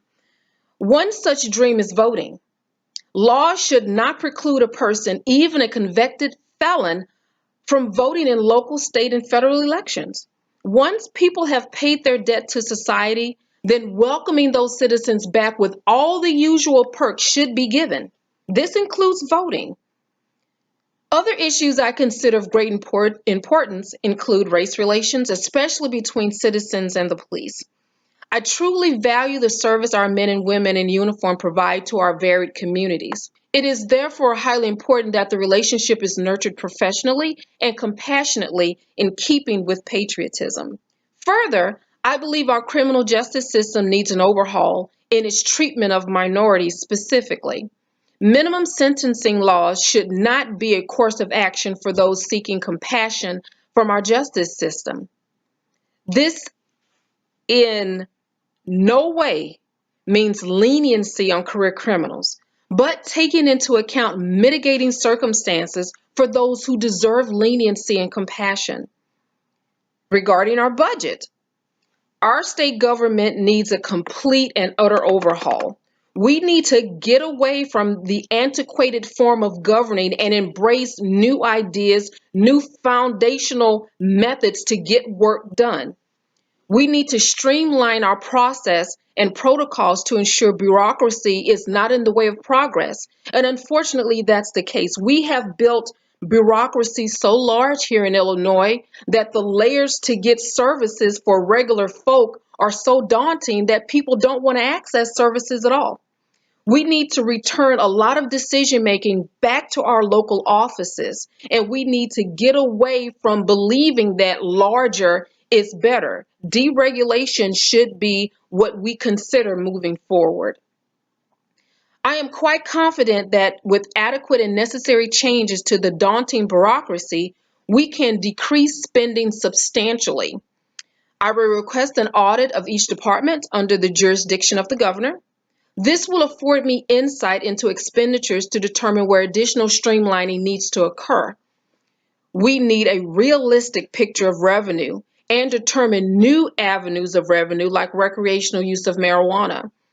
I want to make it clear that when Illinois, under my leadership, legalizes the recreational use of marijuana, this in no way means that an employer will forego their policies on drug use. If your employer tests, you should consider this before engaging in the recreational use of marijuana. Also, we need to consider policy and laws pertaining to taxation of business in this state. There are companies operating in Illinois that are not paying their fair share due to taxation laws that allow these businesses to use a lower tax rate according to where their base of operation is. This is not fair and costs Illinois millions in revenue, and we need to correct this. I am willing to initiate a plan where that these changes are not drastic to companies, but there is a gradual movement to standardization that is fair and equitable to what's happening here in Illinois. The more people who work lessens the burden on those who don't. We are all part of this big solution to fix our budget, to make Illinois financially healthy again. I will ask those who are not working to consider part-time work. I do understand the plight of working single parents.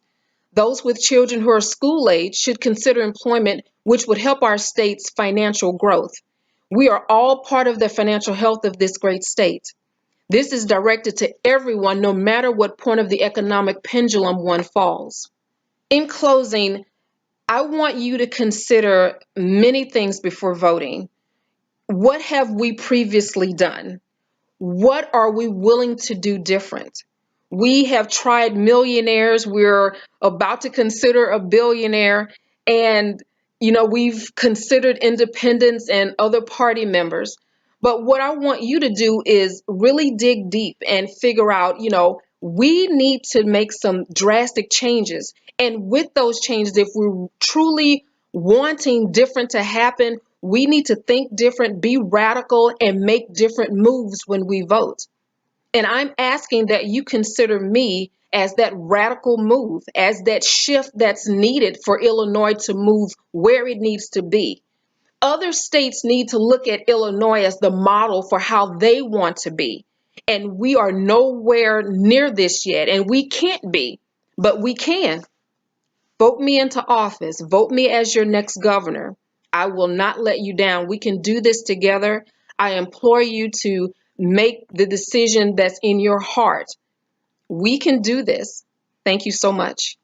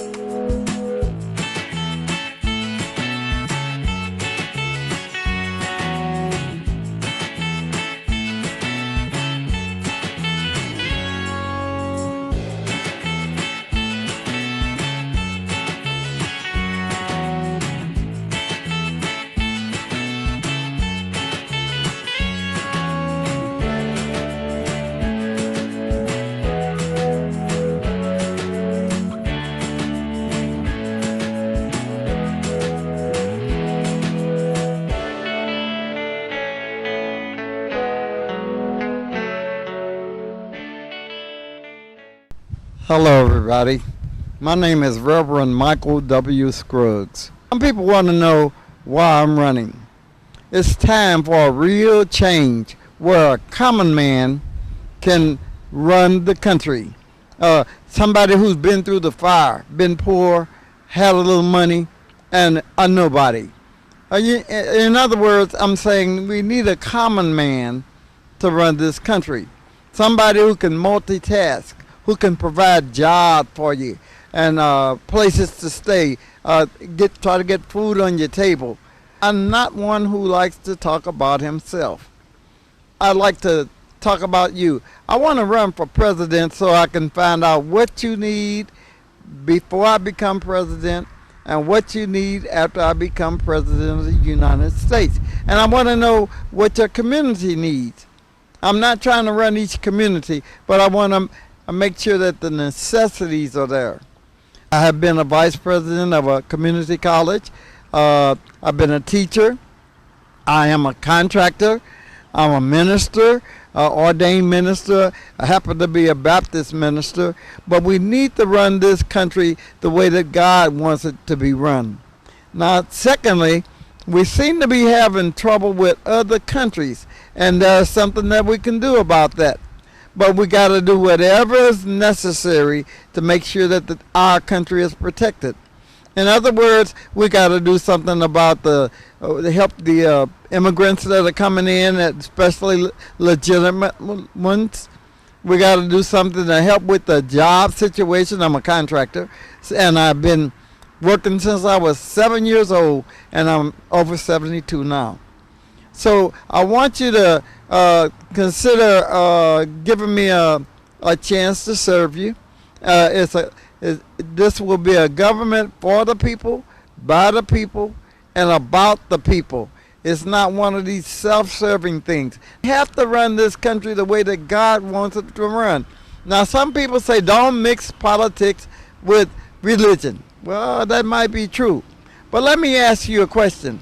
If you're in an automobile accident and you're hurting real bad, who are you going to call? If your child gets sick, or your children or grandchildren get sick, who you gonna call?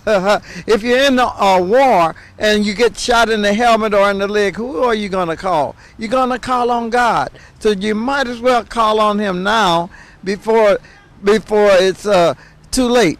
It's better to know God than not know him, than not know God and have to call on him. I'm gonna be one of those independent people.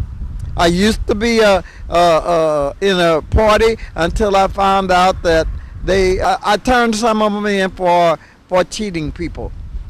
Cheating the state of Illinois, allegedly trying to cheat the state of Illinois out of $3 million when I was vice president of State Community College here in East St. Louis.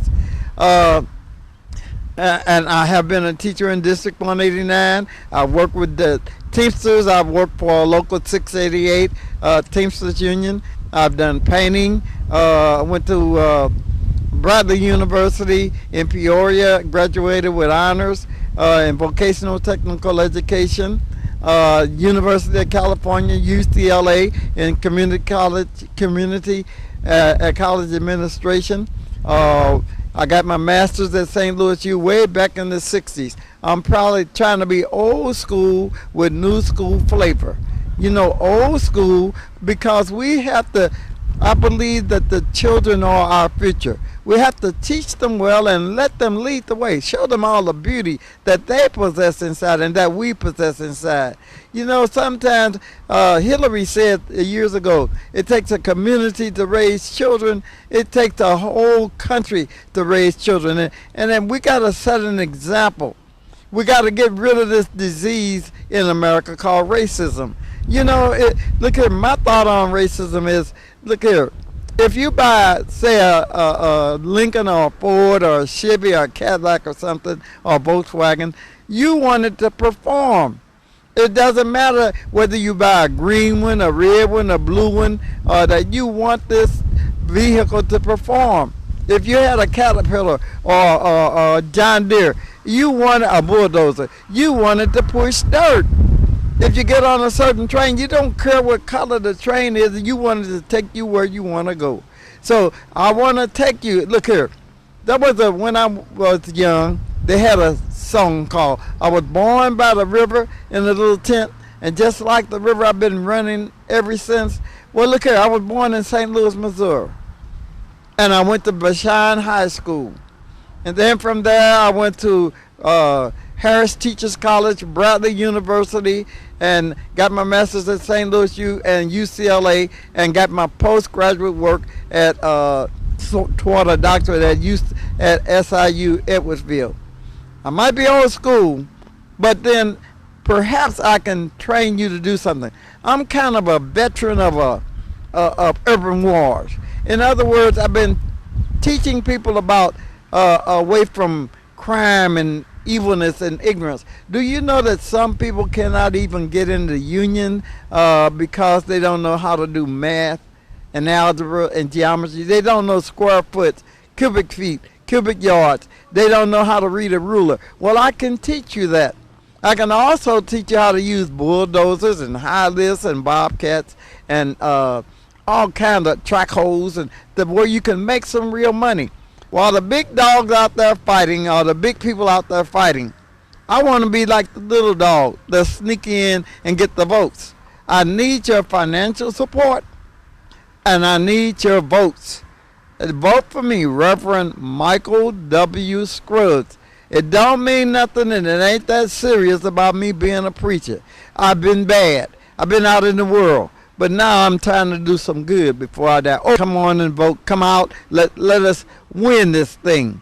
The Bible says God loves you and Jesus loves you. This we know, for the Bible tells us so. Red and yellow, black and white. And I'm saying brown and gray and pink. You're all precious to me. Look here, I do have some children, but I don't want to put them on Front Street. I know what it's like to be forced to be a dad that cannot stay at home, can't support your family. I want you to be able to support your family. I don't care what color. We got to wipe out this crime and violence. Look here, nobody is afraid of anybody else. Only thing, fear is in your mind. We don't need people going around killing people and cutting their heads off and shooting them and robbing them. We can stop that. We need vets. I need veterans who are trained in how to curb and control this mess. Look here, I've been a hunter. I've been a fisherman, a scuba diver, underwater demolition expert. And these things I can teach you. You don't have to be afraid. Let's have a new America. A new America. So God bless you. We need your help. Reverend Michael, Michael W. Scruggs, Scruggs. Try to remember, scrub it up with Scruggs. And address is 278 North 85th Street, 85th Street, Centerville, Centerville, Illinois, 62203. We're trying to make sure that you get what you need. So call me and write me, and look for me on the television, the radio stations, and the TVs. Oh, we're gonna have fishing derbies for all of the children. Do you understand that? And then I'm gonna be selling some freedom, equality, justice, respect, peace, and unity t-shirts and caps. And we want to have lapel pins that we're going to sell. They're gold-plated, and rings that we'll sell. Well, we're going to start an underground army. Now, I'm going to need your support because it's going to take a lot of money for the stamps and all that to communicate with everybody. Look for me on Facebook, Twitter, Instagram, and YouTube, and all the modern conveniences, social networks. I'm not an important person, and I don't intend to be important. You are important to me. It's about you. Another thing that I'll need from you. I need running mates. We need a vice president who is not afraid, who will follow after what we need, and a whole group of people So contact me. Tell me what you need and what you would like to do in my new administration. We want votes from everybody. You can reach me by 278 North 85th Street, Centerville, Illinois, 62203. The telephone number is area code 618-975-8168.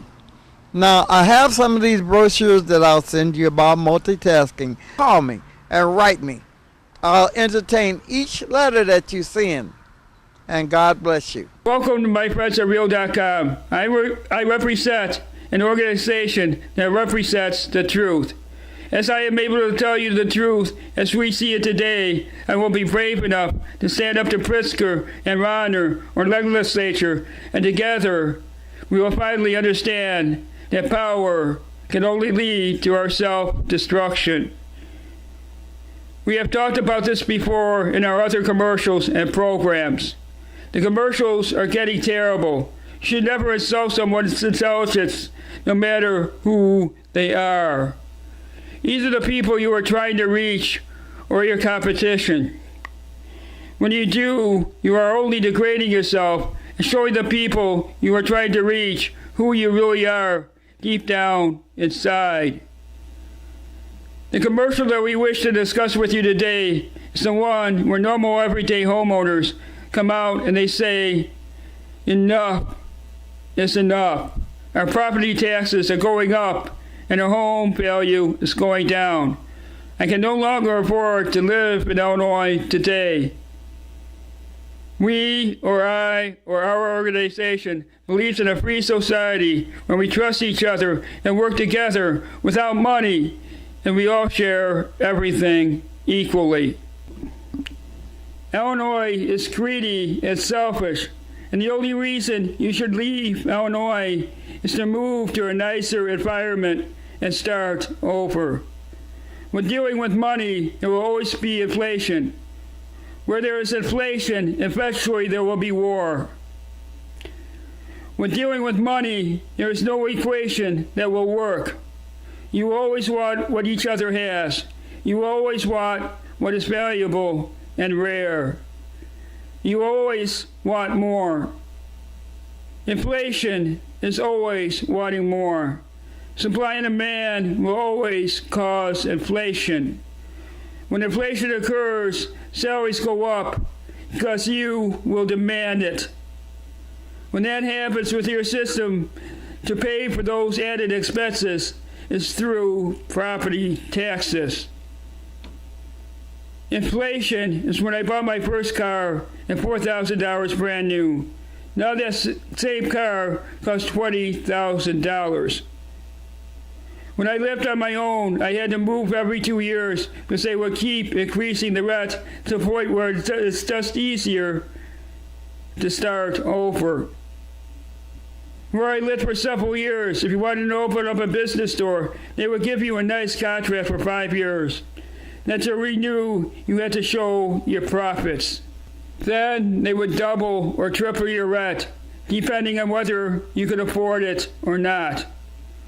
The wealthy are the only ones who will profit, and they are the only ones who realize that. The wealthy will always take advantage of every situation. That is the way they got to the position in the first place. Till the poor eventually realize this, the wealthy will walk right over you, no matter who you are. People like Pritzker are the ones who are at fault. What your new leader did was to take out his toilets to save $500,000 on property taxes. Its net worth is well over $1 billion. So in actuality, for him to save $10, he took all his toilets out. Now he is running for our highest office in Illinois? I don't think so. What would happen if you decided to do that, which you could, just remove your one toilet, and you no longer have to pay property taxes? Then everyone did that. Your society, you pay the garbage collectors through your property taxes. So in a way, because Pritzker did that, he is saying, I don't care about you. I don't have to take out my garbage because I can afford to pay somebody else to do it for me. Is that really fair? People like Pritzker are responsible for your property taxes being the way they are. The proof of this is easy to explain and prove. He inherited a chain of hotels. When his family first started the chain, perhaps he could stay at his hotel for $1 a night. Now, how much is he charging? Whatever business he starts, he contributes with inflation without caring. When inflation grew, he just made more money by raising prices. The people who are to blame for all of this is all of us. We just assume that when prices go up, that we can always get more. It's the same principle as why health insurance is so expensive. The reason we have property taxes is to pay for the things like taking out the garbage. If we want lower property taxes, we need to get rid of the people who cause the garbage to grow in the first place. We are not necessarily degrading Pritzker, but we are trying to inform you how your system works using exaggerating circumstances. Thank you. This commercial was paid for by my friends at Real.com. Let's communicate on Facebook. Welcome to Politics 101. Congratulations to Pritzker and Rauner, our two great and glorious leaders. I kneel down to both of you for your greatness in confounding me and confusing me and tricking the public into not understanding the truth anymore.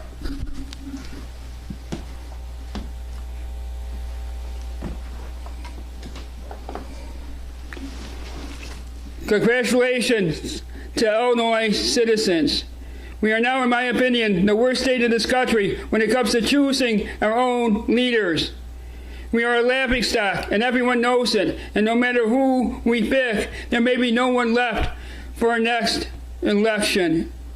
Pritzker no longer understands what he is saying, and Rauner has to try to degrade an idiot, in my opinion. Is this good strategy? I can't believe that their high-paid writers came up with ideas like this.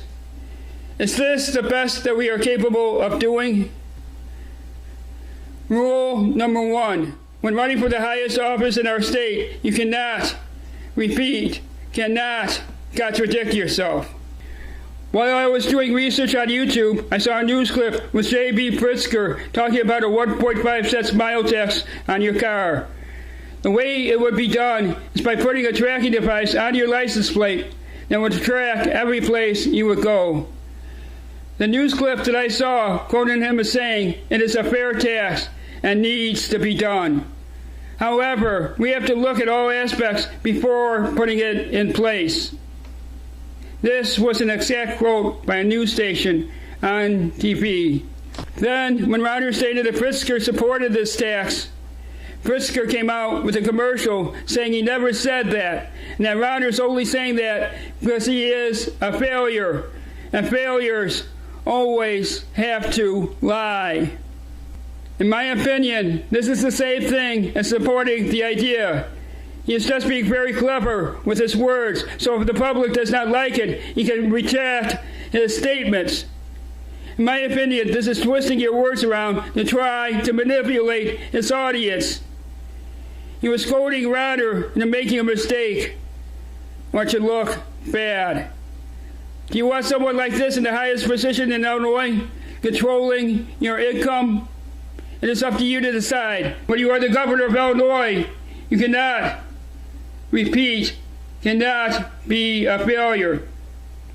If anything, we are the ones who are failures for giving into these two clowns and giving into legislature and into government.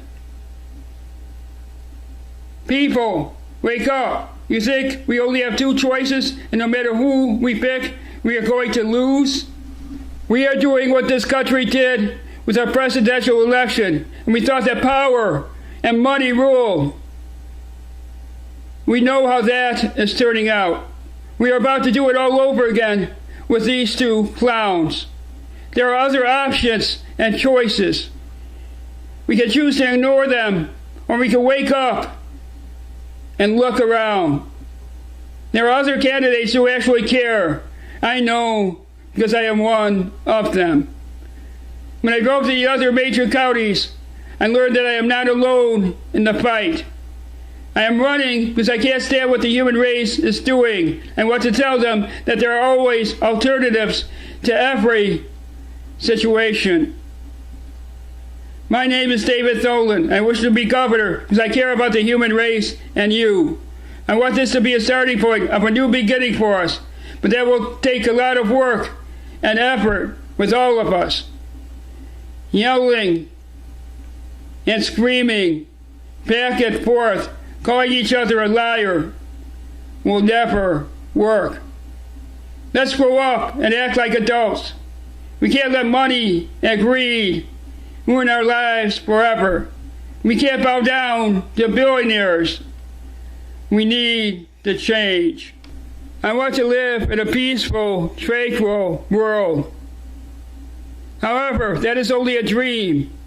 Can you make it reality? This announcement was supported by my friends at Real.com. Thank you, and I wish you well.